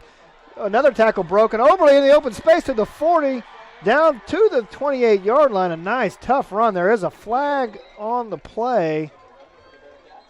Back in the secondary, though. It's a nice run by Luke Oberle. Let's watch the replay here. He gets it to the outside, runs through a tackler. Also kind of got a nice crackback block if he, in fact, got his head in front. I couldn't tell if he clipped or not, but if he did clip, that'll be an easy call for the official. And by the way, the teams are walking. It looks like it's going to be that clipping penalty on. Yeah, and it's really close. If he doesn't crack back like that, he may not break the tackle. But at the same time, now you're going to lose 15 yards from the spot of the foul, if that is in fact is. I'm just speculating here. Right. You go a little block in the back, so let's see what happens here for the spot is. And that's a tough break for the Bearcats. That's a nice run by Oberle. It looks close. They are going to give him the first down still, even with the penalty. The Bearcats are able to pick up a first down. Yeah, it's not very often you have a major penalty like that and you still get the first down, but update out of Scott City. Hayes High scores again. They're up 35-21 with 35 seconds left in that ballgame. That's kind of a surprise. Indians over the Beavers. Snyder back to pass. Can't find anybody open. Now throws it out to Jordan Bass, and what a catch by Jordan Bass. He was being covered. He wasn't open by any means. And Bass able to high point that ball. Yes, that's exactly what. Just, that stuff those kids probably worked on in the summer, high pointing the ball, throwing it up like that. You play your 7-on-7, do things like that. There's a flag on the play, but in the secondary, right where that catch was made, they picked it up. Pass interference on the defense. I assume that'll be declined. I shouldn't assume anything. Yeah. But it'll be 1st and 10. The ball at the Russell 42. That's going to be a gain of 15. And Ellsworth has shown the ability, though, to move the ball in the air. And now Oberle up the middle, puts his head down, and has a nice, tough run on first down. Yeah, so what that does, that keeps the pass rushers honest. If those pass rushers are ripping and swimming and getting upfield, you're going to run right by the ball carrier. Gets the ball to the 36. Let's give that a gain of 6. So, like I said, especially that quick dive like that, or you can run a draw action, it accomplishes the same thing, but keeps those pass rushers honest.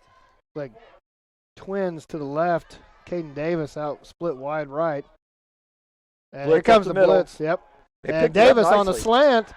Snyder hit Davis, now he stops and takes the ball down to the 15-yard line. There's a penalty flag, though, on the play, and the nice slant pass and a personal foul, roughing the passer on the Broncos. So this is going to bring the ball. It's a 15-yard penalty. We'll bring down one. It'll be half the distance though from there. But yeah, you're right. That'll be added on post possession. So it looks like Davis got up, still dealing with some cramps. It looks like, but the nice route that he ran. And it takes courage to run that slant, even though he doesn't know the linebacker's blitz. When you run that slant, a safety can light you up too on that. So they're marching off. The roughing the passer penalty will set up Ellsworth 1st and goal at the 8-yard line. Yeah. A little over 4 minutes left in this ball game. Well, yeah. So if they score quickly, they don't have to onside kick. They could kick. It gives them options. Whereas before, if it took them a long time to score, they're about going to have to onside. And they're back down, beating down the door again. But they have not been able to score other times in this position. Oberle takes the pitch to the left and sprints into the end zone. Touchdown for the Bearcats. And it was a nice pitch out there. Good block by Jordan Bass on the edge. Yeah, that's what I was looking for, to see who made through that block. So. And that'll make the score 20-18, Russell, with 4 minutes left here in the fourth quarter. Now, this is a huge part of the game. They have to get this 2-pointer to tie it up. Well, I guess they don't have to. Nope. There's still time, but it's a big play. Let's put it that way. They're set up on the right hash mark. They tried a fade pass last time to Davis. Now it's a pitch to Oberle. He takes the ball to the left, cuts it up, and he scores a 2-point conversion. Now we got a tie ball game. 4 minutes left in the fourth quarter. They motioned left, pitched it left. Yep. Caden Davis was lined up on the right. And an impressive drive by the Bearcats. It looked like they had all of the vinegar knocked out of them on that last Bronco drive. Broncos just got physical, ran through tackles, missed the PAT, and that opened the door for us, Russell, to come back. They mixed running and passing there to keep that drive going. and were able to score and scored fairly quickly, too, because they took over the ball with 5:27 left, scored with 4:04. Ellsworth's been running tempo all night, so it doesn't surprise you they can move the ball quickly, but Russell knew exactly what was coming and just wasn't able to stop it. So our score is 20-20, 4:04 left, really a lot of time left. This game has taken a little longer just because I guess we've had a lot of balls run out of bounds because we haven't had a lot of incomplete passes either. So it's not like we've had a ton of clock stoppage from that. This is just good old-fashioned slug-'em football, just been forced out of bounds. So looking to pick up a few more scores here. A lot of games are going final at this time. Yeah, and Ellsworth has been, early in this game, they were able to gain yardage on the ground. They've been able to find the passing game here in the second half, into the first half and into the second half. Here, Connor Nickel tweets from Sports in Kansas. Final, St. Francis 22, Wallace County 20. Said, really a fantastic game. I bet that was. I bet it was, too. And we're set up for a fantastic finish on this game. Are. 4 minutes left in the fourth quarter. Ellsworth getting ready to kick this off. Caden Davis will tee it up at the 40-yard line. Back deep for the Broncos. Central Plains 48, Victoria 22. That's a final. Sorry about that, Ivan.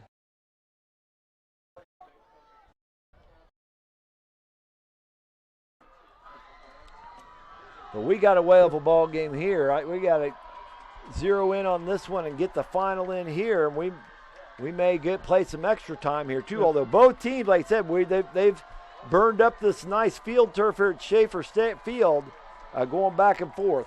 And Davis with a squib kick hits the Russell. And there's a scramble for the ball. It hit a Russell up man. Ellsworth thinks they've got it. No, the referees point to Russell. And hit one of the Russell up men. He fumbled it, but was able to get back on top of that. Wait, Matt Burley for the Broncos. I never saw the number. I was following him all the way across. I didn't see the number. I bet you're right. I think it was Burley.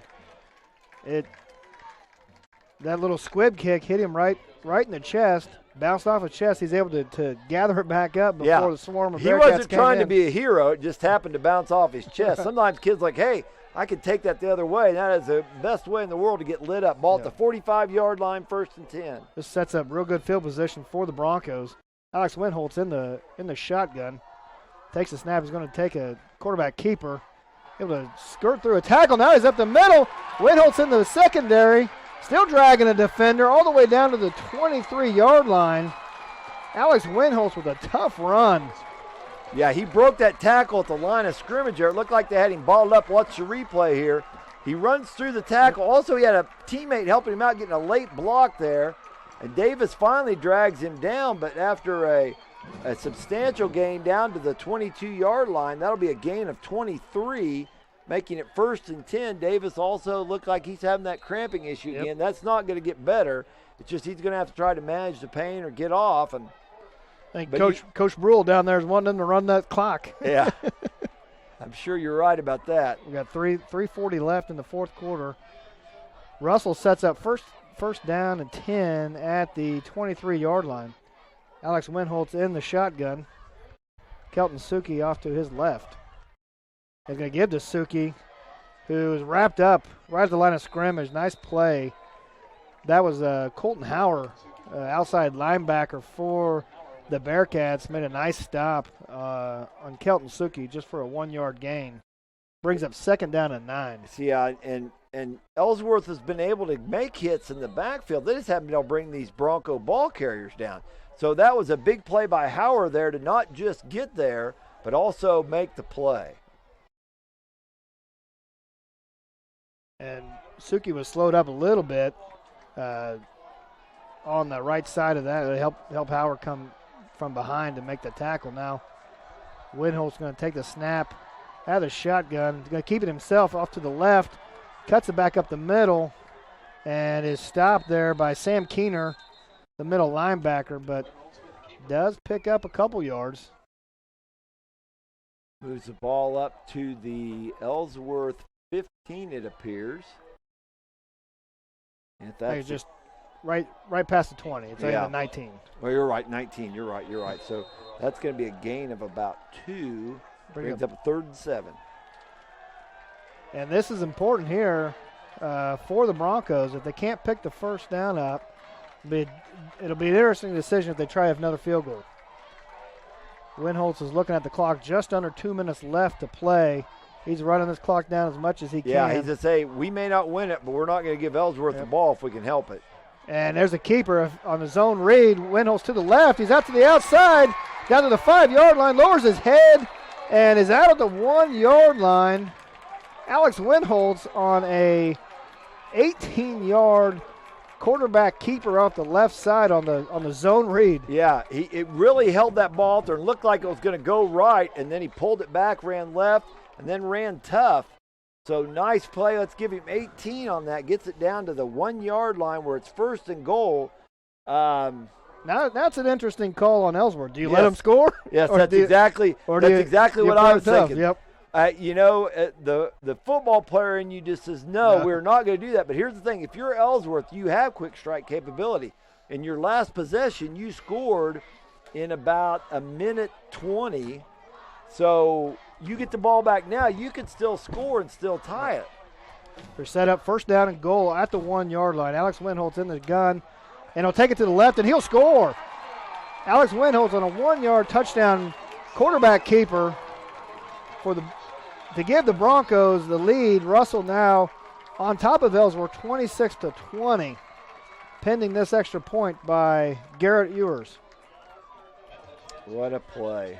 We suddenly turned into a shootout here. It kind of had a placid 3rd quarter, then all of a sudden this game erupted.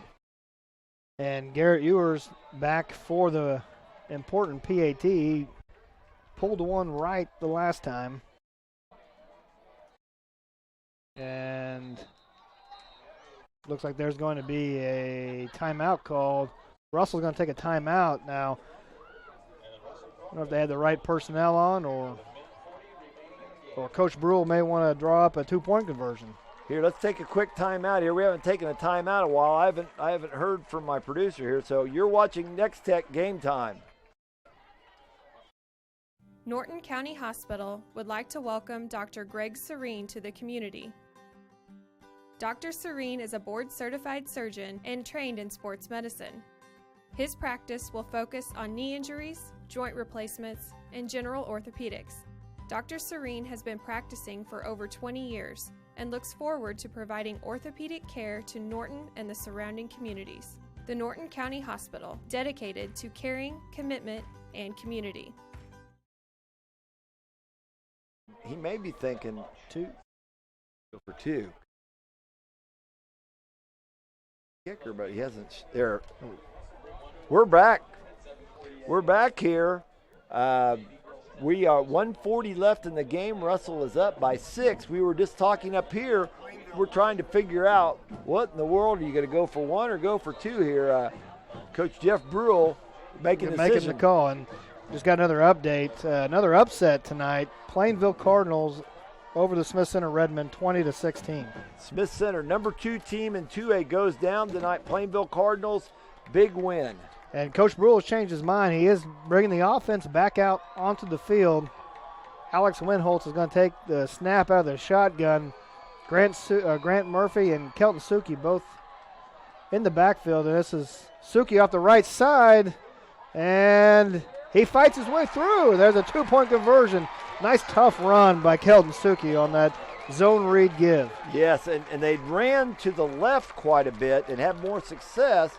So a little surprised they went back to the right. Howard's made some nice plays on that side, but the Broncos muscle it in, and that's a huge 2-point conversion now. Now at the very best, all Ellsworth can do is tie it, whereas before you were taking a chance of if somehow Ellsworth gets down here and scores, they can win it with a 2-point conversion. Right. Now there's no way they can win it that fast. It would take 2 scores. And that Coach Brule decided to put his fate behind the 2 big offensive linemen on the right side of that. Cameron Killian, a 5'10", 230-pound senior, and Matt Burley, a 6'2", 224-pound senior, and give the ball to his hard-nosed running back, Kelton Suki. And it paid off, a 2-point conversion. Now they're up 28-20. You are exactly right there. Checking scores are coming in. I don't see a lot for our part of the country. Looks like a halftime out in California. Stanford's up on K-State 17-3. Yeah, the Wildcats, that's a tough opener. They need to probably beef up their schedule just a little bit, but tough opener. Let's hope Bill and the boys can get a rally here. And Russell's getting ready to set the kick off. Now, do you squib kick here? I would be surprised if you kick it to Davis, but they have shown no fear of kicking to Davis. Like I said, 1:40 left, not a lot of time, but they have driven the length of the field already in this game in a shorter amount of time. There's a high kick. It is deep. It's off, out of bounds, and that's going to give Ellsworth some nice field position. Nice field position, and also no time comes off the clock, so I don't think that was the game plan. They wanted to kick it deep, but they didn't want to kick it to Davis. Yes. And they ended up kicking it out of bounds. And sometimes as a coach, that is what you'll say. You won't say purposely kick it out of bounds, but you'll say, do not let Davis have the ball. So we got 1:40 left here in the fourth. I believe they get the ball on the 35. That looks like where they're spotting it. So it'll be at the Ellsworth 35, 1st and 10. Like I said, Ellsworth is a tempo team. They have no problem with getting right back up on the ball, making the call right at the line of scrimmage, and go, go, go. So Zach Snyder, the junior quarterback for the Bearcats, will take this snap at the 35-yard line. Like I said, 1:40 left in the fourth quarter. Snyder missed a chunk of the third quarter, I think it was, with an injury, but has come back and played very well. There's motion. Now Snyder rolls the pocket out to the right and throws out the nice. Oh, it's intercepted. Went off the hands of Colton Hauer, and interception by the Broncos. Looks like number 10 for the Broncos. The cornerback Austin Price, the sophomore, catches that interception off the deflection, and Snyder had his receiver open. The ball just bounced off his hands. Price was Johnny on the spot there for the deflection, and now Russell's really feeling that they've got this game in their hands. Yeah, Snyder, it looked like he delivered a pretty good ball out there, and this receiver couldn't haul it in. Unfortunate for the Bearcats. Broncos now will try to salt this one away. 1:33 left in this game. Ellsworth, it's not up on the scoreboard. I don't know how many. I don't think they've used the timeout yet. So at the Ellsworth 49, 1st and 10. Winholtz under center. Yeah, they haven't done that much tonight. Yeah. And there's a timeout by Ellsworth. Only 3 seconds left off the clock.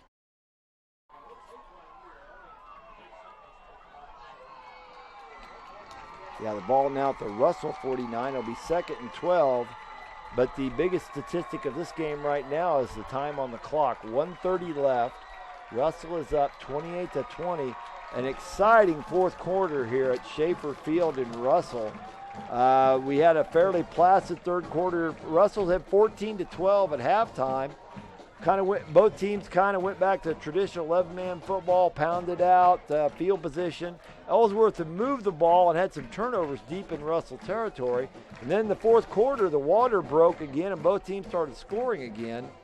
Russell has scored last, and that's why they're up 28-20. Turnovers have really killed Ellsworth tonight. They have. Just like you highlighted in the pregame show last year, a difference between these two teams, they were similar, except that Russell was on the plus side of the turnover battle and Ellsworth on the minus side. Ellsworth did have a better record last year and, in fact, beat Russell in Ellsworth. Now Winholtz back in his normal shotgun position. Got twins right. Kelton Suki in the backfield. And Winholtz is going to take the ball and up through past the 50-yard line to the 48-yard line. Ellsworth's going to call another timeout here. It'll bring up 3rd down for the Broncos. 1:24 left in the ball game. 3rd and 9, and like I said, I don't know that the distance is nearly as important. Just keep running the clock here. Make Ellsworth burn up all their timeouts. And no matter what happens here, if Ellsworth is able to make the stop, they're going to get the ball back with some time left. Yeah, that's a good point because they are an explosive team that can eat up chunks of yardage fast. On the other hand, if Russell's able to pick up this first down, the game will be over. The Bronco offense back on the field. 3rd down and 9, 1:24 left in this ball game. Russell up on Ellsworth, 28-20. The final here, Elkhart up on Lacrosse, 18-12. I think that's a minor upset. Lacrosse, the Leopards have been pretty tough in recent years. 18-12. Winholtz here in the shotgun is going to give the ball to Suki off the right side, and Kelton Suki is stopped for a 2-yard gain. And again, Ellsworth calls a timeout. And that stops the clock with 1:20 left in this game. And it'll bring up 4th down for the Broncos, a 4th and 7. Yeah, interesting little conundrum here. I said 4th and 7. And that's going to, that's that right at 7 yards. You almost got to think you're going to, if you run the play and you don't get the first down, the clock will stop on change of possession. Right. Ellsworth's very good at getting right up on the ball and getting a play off. I think you got to punt this away, don't you? You got to try to pin them deep. In 11-man football, you would, yeah. That's what I'm thinking you're going to punt, but we'll see what Jeff Brule's done a great job getting his Broncos ready to play tonight. They've been rebuilding. Their 3-6 record they had was the best record they'd had since 2010, I believe it was. He's got his Broncos pointing in the right direction here, and they're pretty darn close to a win, and it does look like they're out in their punt formation. Yep. And they've run this formation before where they kind of spread you out and dare you to come right up the middle. So. Yep. Alex Winholtz in the punt formation. It's a fake, a snap to the up back. And it's Burley, the lineman, runs over some Bearcats down to the 34-yard line, and that's going to be the ball game. What a gamble on 4th down and 7. It's big. Rodney Welch, I think. I'm sorry, wrong ball carrier. Rodney Welch, a 5'10", 250-pound sophomore, up back on the punt team, took the direct snap, went left, picked up the first down. Now the clock running just at a minute left to play, and this is a couple of knees, and this game is going to be over with. But what a gamble by Coach Brule. Yeah, and yeah. Because if you don't pick that up, Ellsworth's got the ball near midfield. Yeah, you snapped it to not one of your greatest athletes, obviously a big, powerful kid, but you're just banking on the element of surprise and the power winning. So Alex Winholtz takes a knee, and that'll run the clock down. Going to have to take one more knee, it looks like, and Russell Broncos are going to start off the 2016 season with a win, 28-20 over Ellsworth. Nice way for the Broncos to start this season. Like I said, last year 3-6. This program is on the way up. Ellsworth program's on the way up as well. This is going to be a painful loss for them, but they'll be in the same boat Russell was in last year at this time. And Winholtz takes another knee, and that'll be it. That is our ball game, folks. Russell Broncos in a great game, a good game. Take this one, 28-20 over the Ellsworth Bearcats. Here, let's take a little time out here. Give Curtis and I a chance to catch our breath and reboot a little bit here. We'll come back. We'll have a little post-game show. You have been watching Game Time on Nex-Tech Television.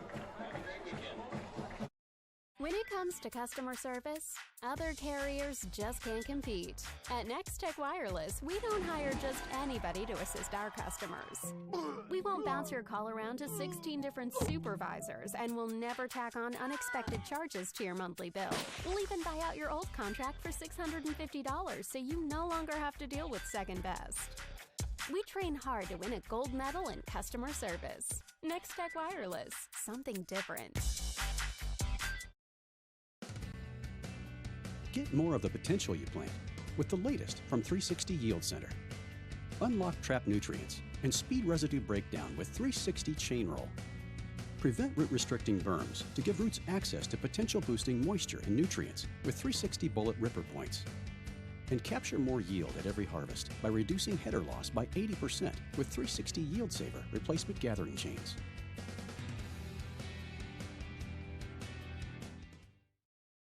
Progressive Physical Therapy Center has been an integral part of the Hayes community since 2007. Tim Marcus, physical therapist, has led the Hayes physical therapy team ever since the business opened. The Progressive staff offers expert care in a friendly environment. You no longer need a physician's referral when seeking services provided by a physical therapist. Call Progressive Physical Therapy. Their licensed therapists provide personalized patient care and treatments. Progressive Physical Therapy, 2209 Canterbury in Hayes.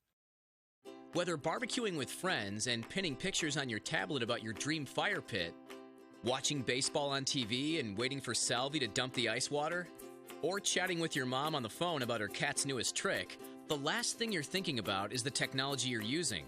It should just work. Nex-Tech has the highest rated internet, TV, and phone. Switch now and receive 3 months free and free installation. Certain restrictions apply. New services only. Enjoy life more. Switch to Nex-Tech now.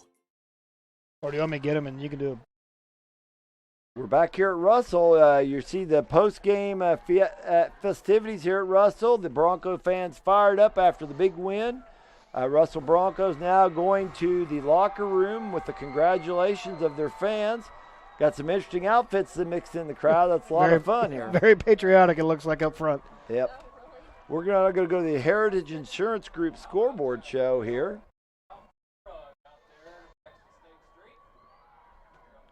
First off, Hayes High Indians rally to come back and beat Scott City 31-21. Phillipsburg over Clay Center 36-6. Norton over Goodland 28-0. Two of the big dogs in the MCL come through with wins. One of the big dogs that didn't come through tonight was Smith Center. They dropped a 20-16 decision to Plainville Cardinals. They're staking their claim to some status in that league. Russell 28, Ellsworth 20, our score, of course. Abilene Cowboys over TMP 39-0. Great Bend over Coffeyville 30-7. Yeah, that Plainville Smith Center score is Plainville had a good season last year. Sure did. And it's a bit of a surprise, but not too bad. Osborne beats Thunder Ridge 46-0. Central Plains over Victoria 48-22. Trigo Community beat Stockton 38-20. Dighton over Quinter 54-0. Hoxie on top of Tribune 46-0. St. Francis is able to get by Sharon Springs 22-20. Big Northwest Kansas League battle to start the season there. And Spearville 54, Hill City 8. Colby over Oakley 41-10, a kind of a I-70 rivalry there. Rock Hills over Wilson 32-16. Elkhart over La Crosse 18-12, and the Ellis Railroaders opened big with a 40-6 win over Syracuse. Okay, there's more shots of the Russell fans celebrating this big win tonight, 28-20 over Ellsworth. Let's review. It was 14-12 Russell at the end of the third quarter. Fourth quarter, Ellsworth's able to move the ball, but not able to score. At the end of the third quarter, neither team had scored. Both teams threatened to not score. Then the fourth quarter, things kind of erupted. Russell goes 92 yards in 11 plays, opens up a 20-12 lead with 5:27 left in the game. Ewers missed the PAT go, which opened the door for Ellsworth to stay in, and sure enough, they did. They came back, drove 67 yards in 5 plays. At 4:04, they tied at 20 all. Oberly had some big runs in there. Snyder hooked up with Bass for a high point 15-yard pass. Hooked up with Davis on a 20-yard slant versus the blitz. Add a personal foul to it. That was a bad deal. Made it 20 all. But the Broncos come right back. They drive 55 yards in 5 plays. They come up with the 28, and that gets us to our final score of 28-20 with Suki running behind his big right tackle on a tough read option run to get that final score. Ellsworth's not able to do anything with the ball in the final possession. In fact, it was an interception. The ball bounced off the receiver. Price picked it off to seal the win. Yeah, it looks when Coach Brule on critical situations, he was not playing conservative. He was going for this win, and he trusted his players to be more physical than the Bearcats, and they ended up on the 2-point conversion there at the end. He didn't elect to go for an extra point. He elected to go for the 2 points. And then the 4th down play on their last drive, instead of punting the ball away, which maybe had been the safe move, he opts for a fake, Yes. a snap to the up man, one of the linemen, and the lineman runs, gets the 1st down, and they're able to saw away the win. So yeah, a different mentality it looks like for the Russell Broncos to start this 2016 season. Well, it's going to be really interesting to see how their season progresses. Because when you play this physical style of football, weather's not going to affect you. Tonight was a beautiful night for football. This is the fall night that everybody dreams of. When you go to a football game, this kind of, you can play run and shoot. You can play any style of football you want in this weather. But Russell's going to have an all-weather type of attack, and this is the kind of offense that will keep you in a game when maybe the other team has a little bit more talent. And not to say that Russell's going to necessarily get out-talented this year. NCAA is a tough league. It'll be interesting to see how that goes. Burley was the name of he was the guy that recovered the kickoff. Dadgummit. It was Rodney Welch, the sophomore lineman that took the direct snap. If you'd have come into this game beforehand and broke it down and, done all these different things to say, who's going to make the play that salts the game away, I don't think anyone would have predicted Rodney Welch. You could have went to somewhere and laid down good money for that, and you probably wouldn't have got that right. No. So, but what we talked about early in the pregame, what you and I discussed, were the turnovers, and that was kind of one of those stats that we looked at going into the game that could tilt this game. It was a close game last year, close game this year. One of the stats that could tilt it one way or the other. Ellsworth committed more turnovers tonight. Russell was able to win the turnover battle and eventually was able to win the game. You're exactly right. One final, we got to get in here. Abilene 51, TMP 28. And our final here was 28-20 Russell. Thank you for joining us tonight. Thank you to our camera folks, our folks down in the truck doing things for us. I don't think I have enough time to thank everybody personally, but we appreciate it. You've been watching Game Time on Nex-Tech Television.